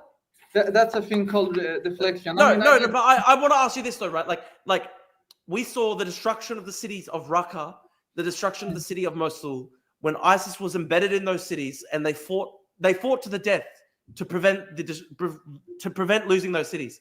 Would you say that it was genocidal trying to kick ISIS out of Hamas, out of Raqqa and Mosul? Nobody thinks that. It was brutal. It was horrible. War is horrible. Yeah, and when you look at the civilians to militants ratio, it's much worse in Gaza than in. I'm not sure if that's true. Actually, it's pretty much confirmed. I mean. No, I'm not sure if that's true. Because highest civilians to militant ratio in modern warfare. I don't know if that's true. According to the figures that I've seen, even going off the Gaza Ministry of Health, which is 50 to 60,000 people, which Israel uses and thinks it's reliable. But even according to those statistics, though, at least half of those killed have been Hamas militants. No, I mean, first of all, when you look at these accounts, well, this is the question. This is the question, right? Okay, give us your best estimate then. If tell us how many people you think have been killed and how many of those people have actually been fighting for Hamas. Because I think part of the problem. I can't give you an exact number, but I'm not asking for an exact number, but something at least something, because I think part of the problem is, like, I remember I saw this in Australia. The Greens leader went up and he said he gave the number of people that I think it was like a year ago. He said it was 30,000. It was according to the Ministry of Health statistics.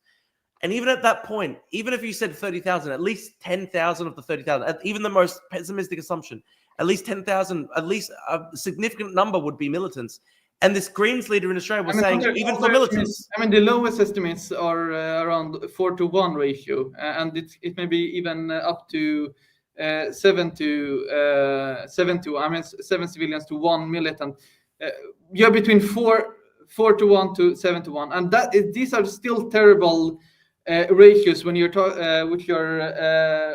discussing. This isn't really much comparable to other war zones, not to Ukraine, not to another part, and still what is happening in other parts of the world is still very terrible. It's extremely. I agree with you. It's extremely horrible. It's brutal, and I actually will say I don't think that the IDF have. I think the IDF rules of engagement have been too loose. Like, for example, the Where's Daddy program, History Speaks, told me about that, where they'd be willing. Well, they would be willing to tolerate a very high number of civilian casualties for every Hamas fighter killed. I think that's wrong. But all I'm saying, that is an act of terror. I want to say that like it's brutal. It's a horrible war. There's too much suffering. I disagree with the tactics used. I think it's wrong and immoral. But I don't think it's genocide, because I think if you say that it's genocide, then you have to basically say that clearing ISIS out of Mosul was genocide, or clearing ISIS out of Raqqa was genocide. It's very difficult, Omar, because at the end of the day, Hamas was really embedded in Gaza. They have military infrastructure throughout the entire strip. When you talk about ISIS, is ISIS an ethnic group? Will you classify it? But the difference is, even when it comes to, even with Mosul as well, even with Mosul, like the Battle of Mosul resulted in so much destruction in Mosul. Here is the different thing. Like they didn't have, ISIS didn't have tunnels under Mosul. What? I was going to say, like the Battle of Mosul resulted in so much destruction in the city of Mosul, and that's without ISIS having massive tunnels complex underneath Mosul. I think there could have been reduced casualties in that battle, but I don't agree that's a genocide, because when you talk about fighting ISIS, that was a clear war. There was a clear intent to get rid of them, and I don't think you can classify it as an ethnic, a national group anyhow. Because when you look at ISIS, lots of their fighters were actually foreigners. They were foreign volunteers, and they didn't. And they, when you classify ISIS, specifically. Your point, I understand your point. I understand your point that ISIS was drawn from people from all across the Middle East. What Israel is doing in the Gaza Strip, because what Israel is doing in the Gaza Strip, it is deliberately harming the civilian population. And you will say, oh, they're fighting Hamas, but at the same time, you can see in the actions of Israel. I mean, you can see for instance, like just after the first 48 hours of the war, the Air Force had attacked 1,500 targets. I'm going to repeat this this point. They attacked 1,500 targets within the first 48 hours of the war. That's a huge number in itself. 1,500. Yes, okay? I agree. Netanyahu, he was banging and yelling. Can I make one point here though? So yes, it is true that Israel made 1,500 targets, and that's a huge number. Let's say though, how many rockets did Hamas fire from Gaza at the start of October 7th? It was 3,000 rockets, and they're all in this. Yeah, and Hamas's rockets are not guided. They're just to harm. But that's my point. They could if it wasn't shot down by the Iron Dome, they could have killed thousands of people. Yeah. That actually is a point. I don't think that's genocide. If they had the ability to, it would be genocide. Let me make this point, because Israel attacked 1,500 targets in the Gaza Strip. Netanyahu, he was yelling and banging on the table, saying, "Why not 5,000?" Chief of Staff Halevi said, "I'm not interested we don't have 5,000 approved targets." So Netanyahu, he wanted just to attack for the sake of attack. So this is one instance of the leader of Israel wanting to deliberately attack, not because there are any approved targets, but because he wants to inflict as much harm on civilians as possible. I want to say, look, that's obviously bad. Like what the Israeli leadership said in the one day or the 2 days after. I'm not interested in targets. Netanyahu retorted, "Take down houses, bomb with everything you have." Well, this is one day. This is But here's the thing, Omar. This is one day after October 7th. This is when the emotions are at its highest peak. That's where Israel actually saw a genocidal rhetoric and actions are justified if it's after October 7th. No, it's not justified. It's not justified. But I'm just saying, when you take statements out of context on October 8 and October 9, but I mean, obviously the it's not going to. Were also followed with actions. I mean, Israel imposed a total blockade on the Gaza Strip. It brutally. Indiscriminately bombed the Gaza Strip after October 7th. So I don't think these are just statements. These are statements followed with actions. But like on October 7th alone, as this person, we've got a comment in the chat. Gaza, the Hamas sent 4,000 rockets, right? 4,000 rockets on October 7 alone. If those rockets had landed, obviously a lot of them were shot down. That's a hypothetical scenario, and I think Hamas's goal was to harm the Iron Domes rather than. No, Omar, you can't just say that though. Like if those rockets had gotten through, they could have killed thousands of people as well. So you can say there's a difference. That's a hypothetical scenario. That's not what Hamas has been for a long time using rockets not to directly harm Israeli civilians. This is a good point by Luke as well. Just to make this point, these rockets have been mainly to harm Israel's Iron Dome, and which cost, I mean, like every rocket I think cost maybe some couple hundreds of dollars, and in exchange I think every Iron Dome missile cost some hundreds of thousands or maybe millions. I mean I think that's pretty much what Hamas has wanted to do, is to weaken Israel's Iron Dome. I don't think that was. I don't buy the argument that there were. They didn't want to kill people with those rockets. No, you can't say that they didn't want to kill people with those rockets. I mean, definitely they wanted to kill Israelis. That's kind of what Hamas has been doing for a while. But I mean, I don't buy that the rockets were genocidal, as they were not guided in any way. Or isn't that itself quite genocidal? If you shoot 4,000 unguided rockets at your enemy, you don't know where they're going to land. They could hit hospitals. You don't know. Yeah, anything. You don't know. But isn't that itself quite murderous? I mean, okay, let me ask you this, right? All right. If Israel did the exact same thing, where it just 4,000 unguided rockets into Gaza, you would say that's genocidal. I mean, if they landed, and which Israel has actually been doing. I mean, you're talking about one hypothetical scenario compared to one not. It's not even hypothetical though. Like Hamas fired those rockets. I think like 98% of the rockets are intercepted by Iron Dome, and the rest. Yeah, that's the thing though. That's the thing though, Omar. Like, I think Hamas has been very conscious about the reality that they cannot penetrate Iron Dome. So it's just. You can just wave it away and just say, oh, well, it's just basically posturing. When Hamas fires 4,000 unguided rockets, I mean, that's basically how Hamas works. I mean, what do you say? Sorry. I mean, their rockets are basically useless. I have my own criticisms against the rockets, because they have been giving Israel pretexts to act like they're doing. But I don't agree that the rockets' main goal was to kill, but to harm Israel's military infrastructure, if you will. I think that's the main goal with the rockets. There's two comments I want to address. Two comments I want to address here. So Luke says, if you count there are 30,000 enemy soldiers, of course there are 5,000 legitimate military targets. There are 30,000. I mean, I think that is true. Like, that does make sense to me. Like, there were tens of thousands of Hamas soldiers. The other thing I wanted to say, there's a comment by David Hanna, and he says, he says, ISIS and Hamas are not comparable because Hamas is a core part of the Palestinian national consciousness. But that's my whole point. It's really bad that Hamas. But isn't that bad? Isn't it bad that Hamas is a core part of the Palestinian national consciousness? It shouldn't be.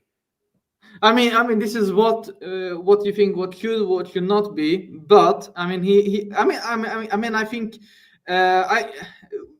one can have whatever disagreements about Hamas, but I mean, Hamas. First of all, I don't think Hamas and ISIS are the same, or even comparably same, because ISIS was by all means. I mean, Hamas has been even fighting ISIS, and ISIS has much more religious extremist ideology. Hamas could barely even impose a ban on on women showing their hair in the Gaza Strip, and that's even in the conservative districts. But I mean, yeah, I mean, the thing here, you cannot bomb Hamas out of its existence in the Gaza Strip, where it has many people who sympathize with it, and when you kill people and their families, more people will also tend to think, okay, I've lost everything, I have nothing more to lose, I'm going to join Hamas. I mean, people will resort to this thought because when you put people in extreme situation, they will also resort to they will resort to the arms circle. This isn't specific to Palestine. You can add this to many other cases. But ISIS, I think ISIS is very, very different from Hamas. ISIS isn't even a national movement, to say. ISIS wants its caliphate to be spread around the world.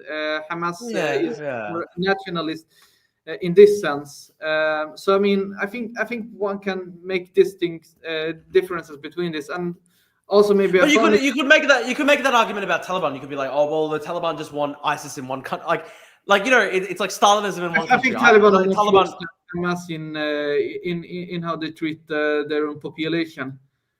Sorry, say that again. Sorry. I think the Taliban are worse than Hamas in treating. Yeah, I think that's true. I think that's true as well. But still, at the end of the day, Hamas is part of Muslim Brotherhood, which is an international movement, and it is an Islamist. It is a religious organization.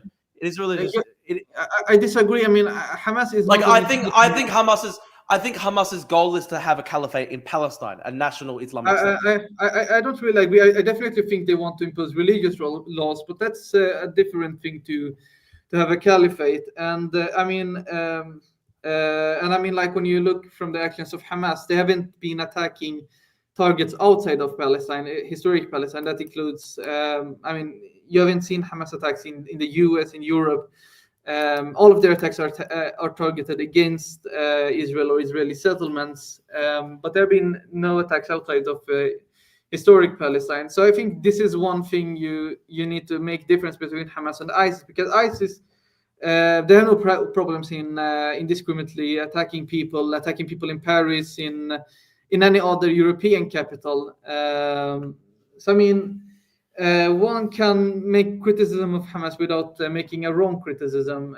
And I mean, the even ironic thing here is that Israel has been now recently arming, or at least formally, ISIS-associated militants or criminal gangs in the Gaza Strip. But I've always thought the idea of Hamas is ISIS. It's an unserious claim in many ways. Look, I think the ultimate goal, though, of Hamas is to genocide Israelis. And that's why I just think that they cannot rule the Gaza Strip after this war. I just think they can't be left in charge of the Gaza Strip. Omar, can you see any path to peace if Hamas still runs Gaza after this war? Again, I want the Palestinian Authority to rule the Gaza Strip. While in the same time, I actually think it's important to pressure Israel to end the occupation, because as long you're going to talk about Hamas and its actions, as long you have the breeding grounds for its movement, I mean, if it's not Hamas, it's Palestinian Islamic Jihad. If you don't have Islamic Jihad, you will have any other organization. It's not necessarily even religious. You have PLO have been using armed resistance, and PFLP, and I mean many other. So what actually needs to be done is to actually make sure that you can actually achieve an independent Palestinian state. And if you actually achieve an independent Palestinian state, I can assure you, Hamas will not have any. Here's a question, though, right? How do you ensure that an independent Palestinian state wouldn't, say, ally with Iran and attack Israel? How do you ensure that an independent Palestinian state doesn't attack Israel? Like, my concern, right, if Hamas were able to have an independent Palestinian, they'd start another war. They'd just start another attack. Okay, so this part, I think, first of all, you have the Palestinian Authority in the West Bank, which has been very much prevented attacks against Israelis. Area A have very few attacks against Israelis. And this has been much due to the actions of the Palestinian Authority in preventing such. But then you have what you could also do, I think, and there have been proposals for several decades. I think even the Geneva Initiative, and I think even before. I mean, you can have international peacekeeping forces between the borders of the two countries to ensure that no attacks will happen against Israel. So, I mean, I think this is just a cheap pretext. I don't think even Palestine would have any comparable army to Israel, even after two-state solution. So, I mean, you can have peacekeeping forces, you can have Saudi troops, you can have Egyptian, you can have UAE, you can have Norwegian troops patrolling the borders, similar to how there have been UN missions in southern Lebanon and in the Golan Heights to ensure that that the ceasefire, or let's say the peace agreement, isn't violated. So I think there are mechanisms. There are also warning towers you can install. But I mean, I think these are rather technicalities than to say that the state of Palestine would suddenly attack Israel when it knows it's not in any comparable strength to Israel. And I think, I mean, you would even see a large change in the public opinion of the idea of armed resistance if Palestinians can achieve their freedom without using armed resistance. I was going to say, we've been going for almost 2 hours now, and it's almost midnight in Australia, so I might not be able to go for too much longer. I was going to say, how about we open it up to questions for 10-15 minutes? I want to say, if we've got some people watching, if you guys want to leave like a super chat or something like that, like $2-3 donation or whatever, we'll be able to ask a question of Omar, ask a question of me, ask a certain point you want us to talk about. We can go through some sort of questions from the audience, and then maybe we can probably call it a day. I mean, look, Omar, obviously we got disagreements. I think it was actually pretty productive overall, our conversation. Yeah, I didn't actually intend to attack you too much on this debate. Well, we actually didn't actually. I don't think there was any personal attacks, which is actually very impressive. I see the personal attacks to the tweets. Yeah. When you can engage and farm it. I think it was a little bit funny. It's funny because my debate with History Speaks was also like a bit like this. It's actually a lot easier when you're talking to people.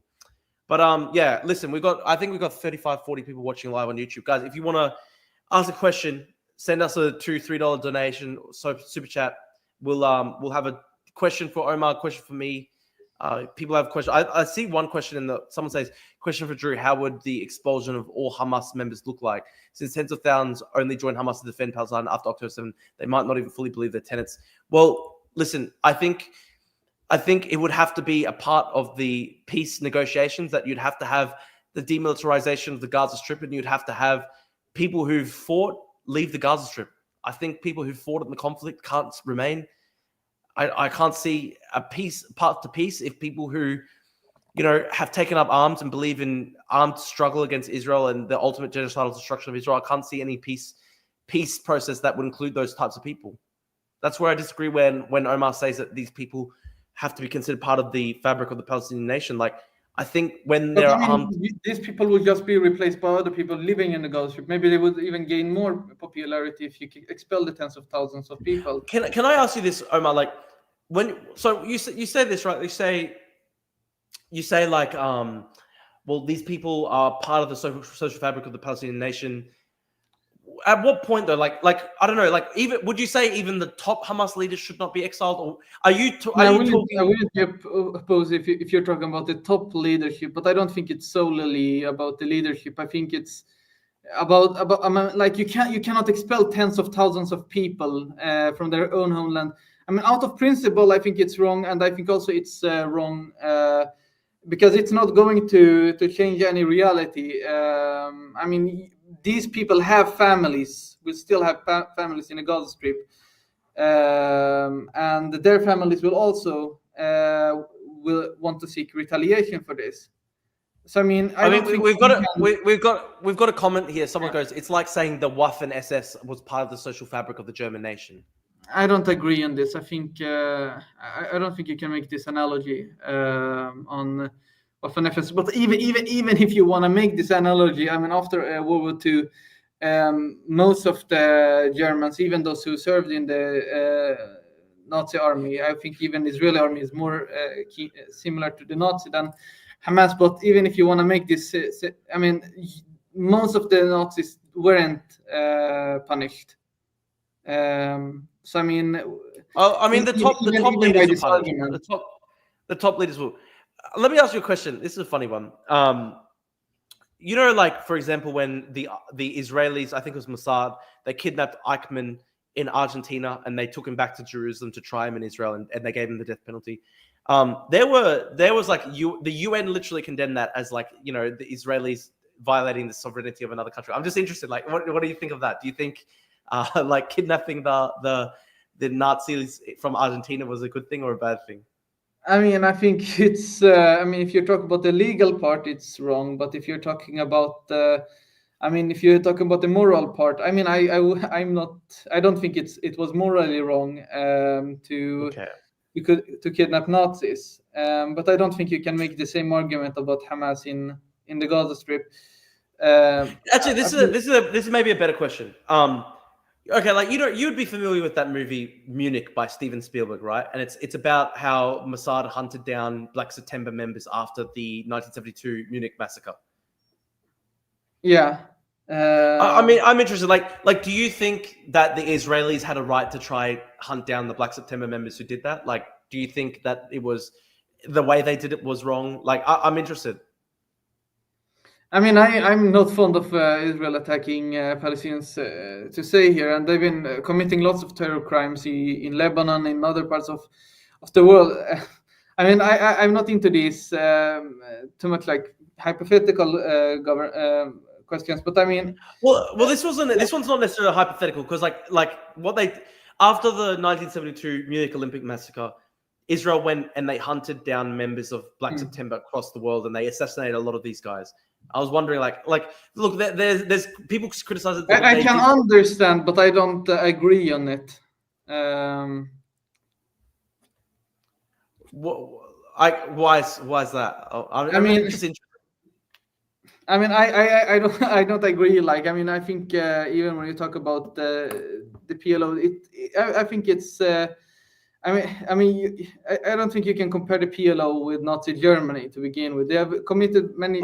They've done. I'm not even talking about Nazi. I'm talking about Black September, the 1972 Munich. I don't know, like, because the reason I bring this up, right, is like I'm interested. Like, what do you think is actually? Do you like, think what Palestinians would have be, a right to? Okay, so if I'm going to make a similar question, do you think Palestinians or anyone like spotting Israeli soldiers in Brussels or who have been maybe detected identified with committing war crimes? Do you think it's right to kidnap someone Israeli in an European capital and beat up, kill, or whatever? Like do whatever, because that's the implication of what you. I think it's very different. Like Black September, they killed Israeli civilians. Israelis have actually killed Palestinians. I can assure you that. You can read much about it in the news.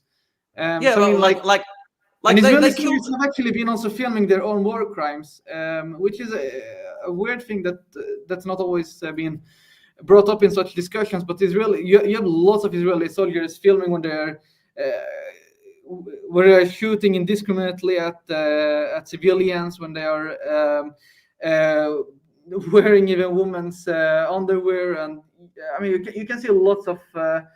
I mean, Israelis have been committing lots of war crimes. If an Israeli goes to Australia right now, let's say he have been identified as an Israeli soldier who have participated in the Gaza genocide, do you think it's justified for someone in the diaspora try to locate the person, beat him up, or even kill him? No, because now you're talking about war crime versus war crime, but you're condoning one but not the other. I think. Well, I'm interested. Okay, what do you? I'm interested in. What do you think is the right punishment for, say, the Munich massacre, Or what do you think is the right punishment, for example, like an Israeli soldier that you see in Brussels? I'm interested. What do you think? I think you should actually have trial for criminals. I think there is a reason. There is a reason why we have international criminal court, and I'm very supportive of it. I want individuals who have committed crimes, war crimes. They should. I think unfortunately ICC only prosecutes the leaders, but I'm for actually prosecuting even individuals who have been. I think actually it actually prosecutes also individuals who are not leaders. But I mean, I think definitely you should prosecute the individuals based on what international law says. I've got a super chat which is unrelated. It says, "Will you debate Joel again?" And Joel's like the leader of the neo Nazis in Australia. I don't know. I'm not sure. Like last time I debated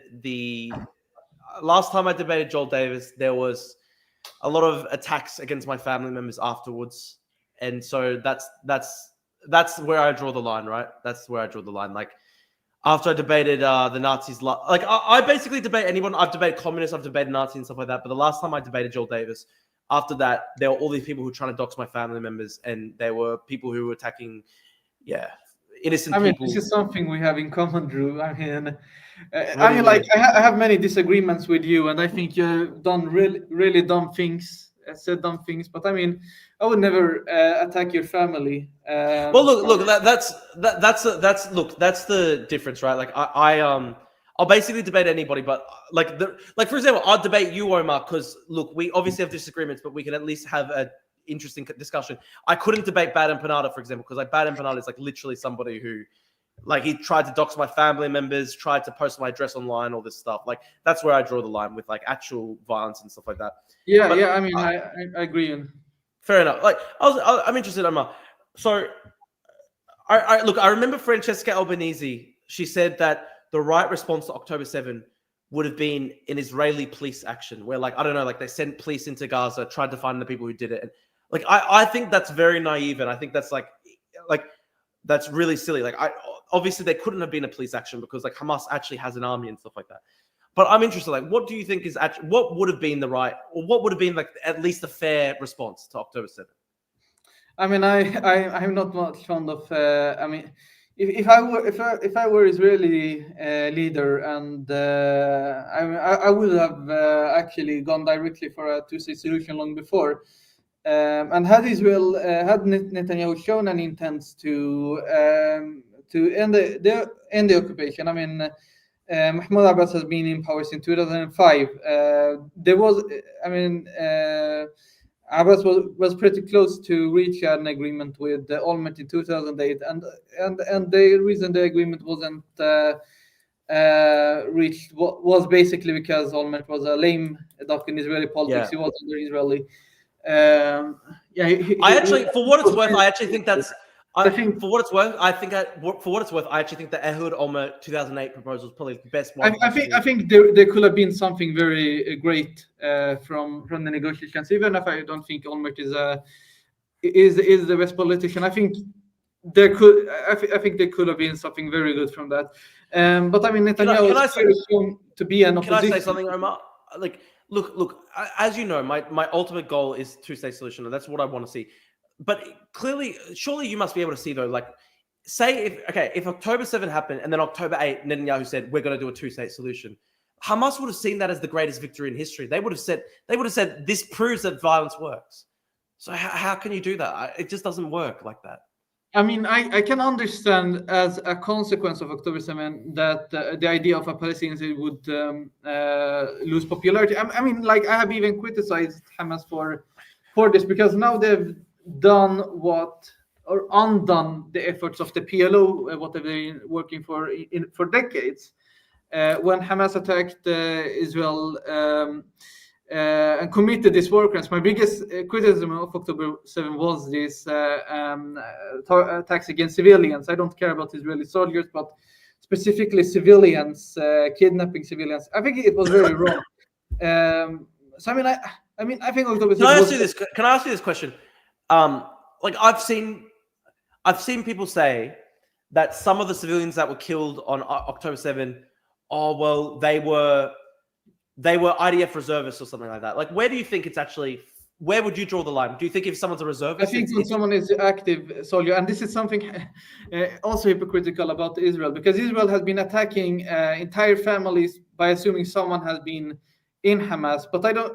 But when you're actually going to target someone in a war, it must be an active member of the armed forces. Otherwise, if someone is not active, if you're in your home, you're not considered a combatant. I mean, if you're going to by the rules of war. I understand that. I understand. Even if you were or a reservist, if you were previously in IDF, if you're not in your uniform, you're not a military target. This is what international law says. This is my position. That's a fair position.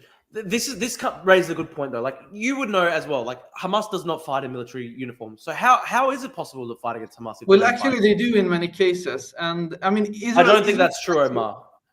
In many cases they do, and even there, Israel can easily identify if someone is holding a weapon or not. I mean, Hamas has been mostly using. I mean, like, you can see when they're using their assault rifles. You can see I don't think I've seen someone. I've seen footage. I've seen footage that they've recorded themselves. Hamas footage they've recorded themselves. Yeah, they're also, but I mean, but like I've seen footage, for example, of like Hamas releases this themselves, and it's like a guy who is not carrying a rifle. He'll just run up to some Israeli soldiers and just throw a bomb right at the last second or something like that.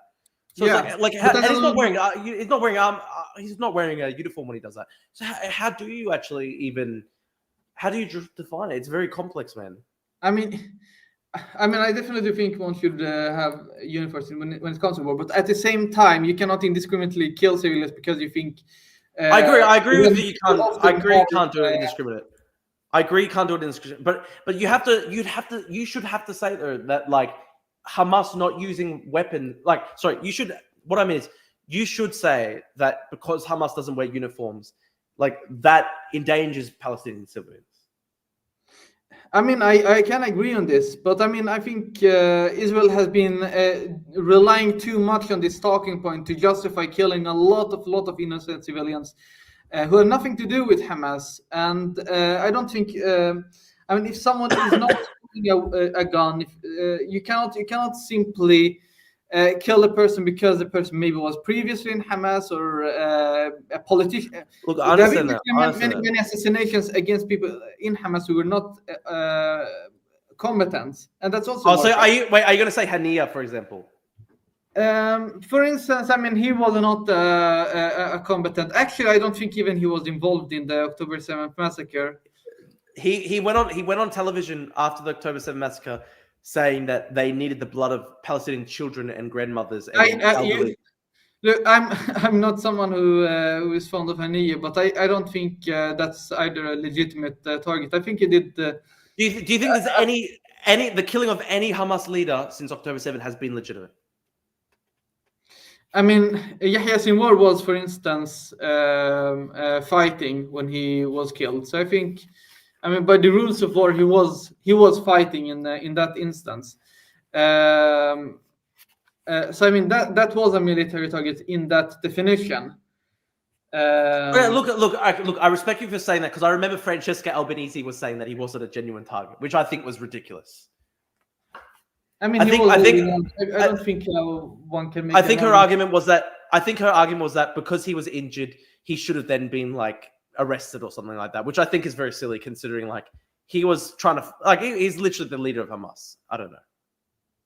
I think when it comes to leadership, I mean, even if you don't kill them, if you capture them, you can put them in trial. I think that would be something. Look, it would have been good if they had.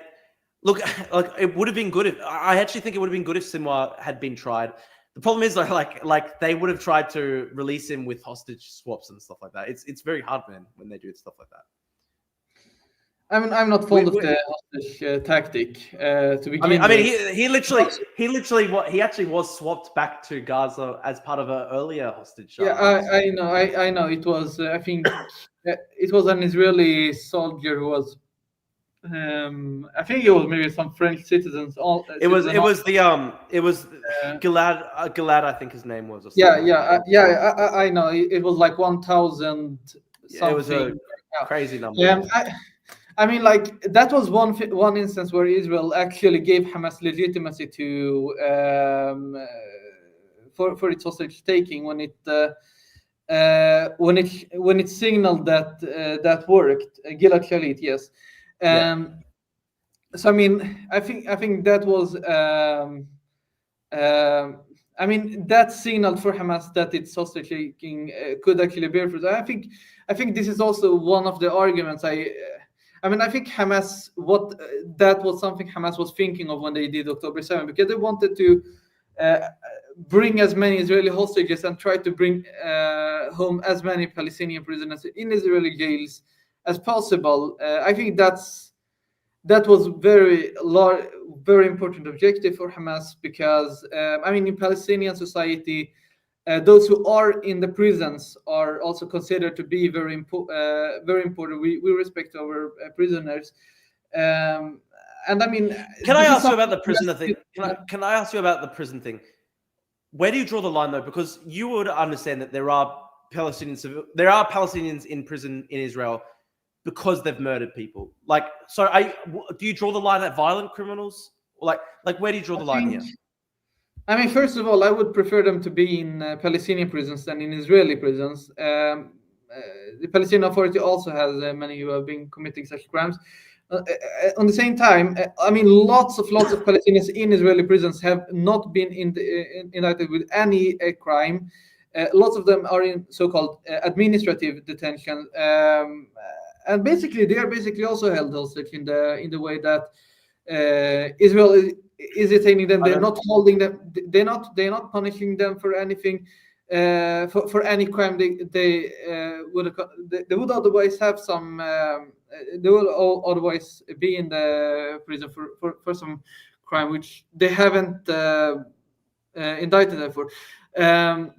But I mean, for my part, I think the worst cases for Palestinian prisoners in the Israeli jails are those who have not committed or not been proven to commit anything, but yet are in the jails for several months, several years, probably decades. Even in cases there have been even Palestinians who have been known for being peace activists who have been imprisoned by Israel.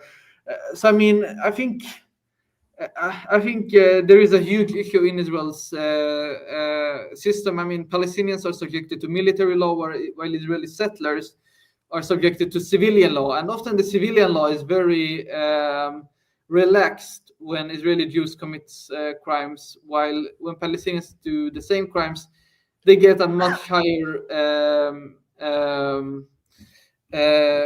rate to be I mean, much longer prison sentence, and also they have a much higher indictment rate than Israeli Jews. So I mean, there are lots of children in the Israeli prisons, so this is not even making the case for Hamas even weaker. I think even if you achieve a two-state solution, a very good thing you could do at least here is try to release as many as possible to the Palestinian society, while also if you try to give a political win for the Palestinian Authority, this is going also to show that what Hamas is doing is not working. And if you try to use diplomacy, try to get people out of being mainly people have been charged with very vaguely. If you get them out, I think you would pretty much weaken Hamas as well. So I mean, I think a lot. How do you respond? We've got a comment here. The comment says the majority of Palestinian detainees have committed acts of violence. How do you respond to that comment? I mean, first of all, if that was the case, and maybe they would be also charged, which they aren't.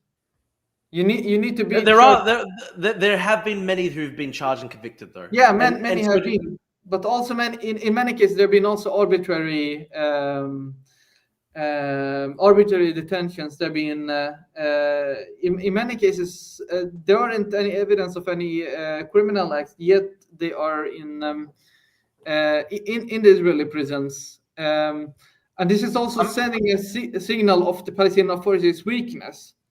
When you make, I want to ask you, what do you think of Marwan Barghouti? Maybe I've mispronounced that. I think I'm not the biggest fan of him, but I think releasing him is actually would actually be a good counterbalance to Hamas. He is probably, I mean, first of all, when you're in Israeli prison, you will have a higher status in a Palestinian society because you've been going through much. So I mean, he will have a good chance to leverage against Israel, and he actually believes in a two-state solution. So I mean, you can negotiate with him instead of Hamas, and he has a widespread popularity in the Palestinian society.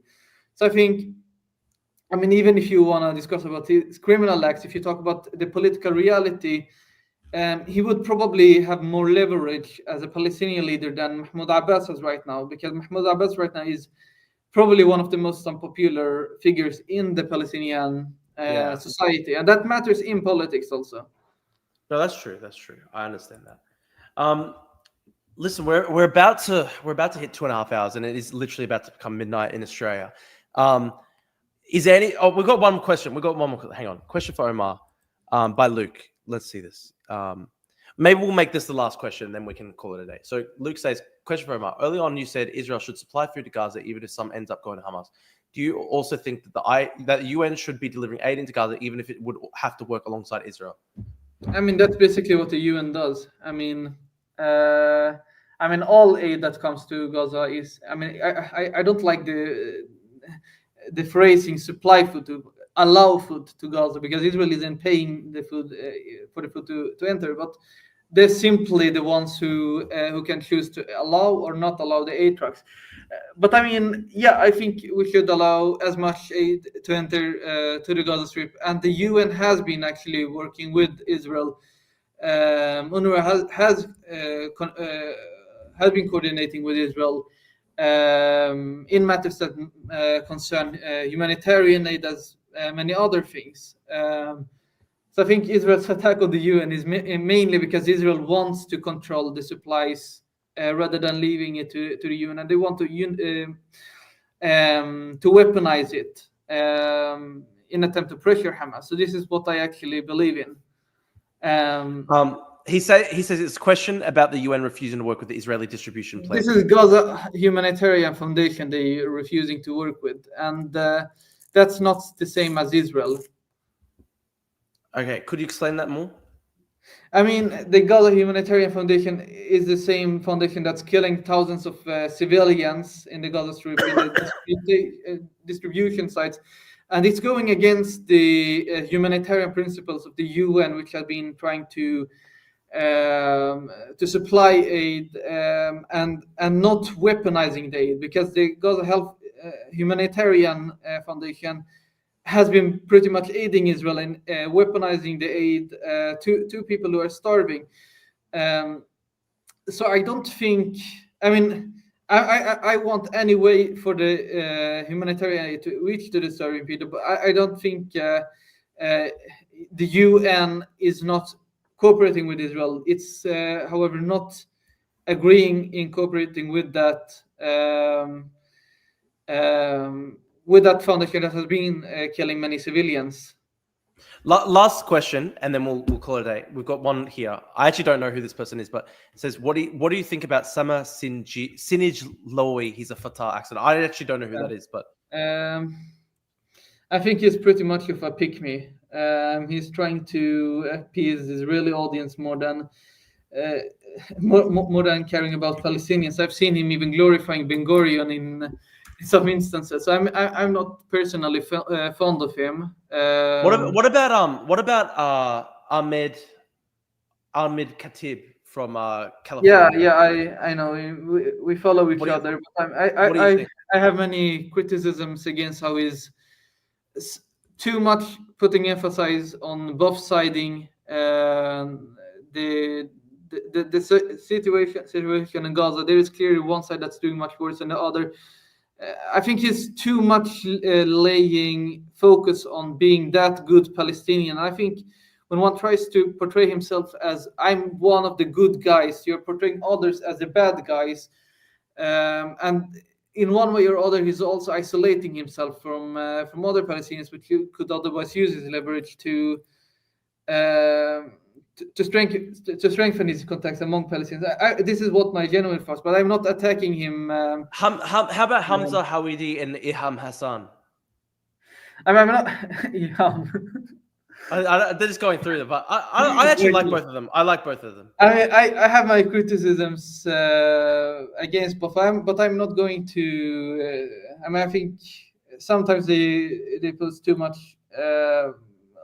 pro-Israel stuff, but I mean, I don't consider them to be enemies per se to say. So I mean, sometimes I do like tweets from Ihab Hassan, and I do think he does. I actually do see Hassan criticize Israel quite strongly. Yeah, I mean, I see him, but sometimes he is laying too much blame on the Palestinian side when Israel is clearly at fault.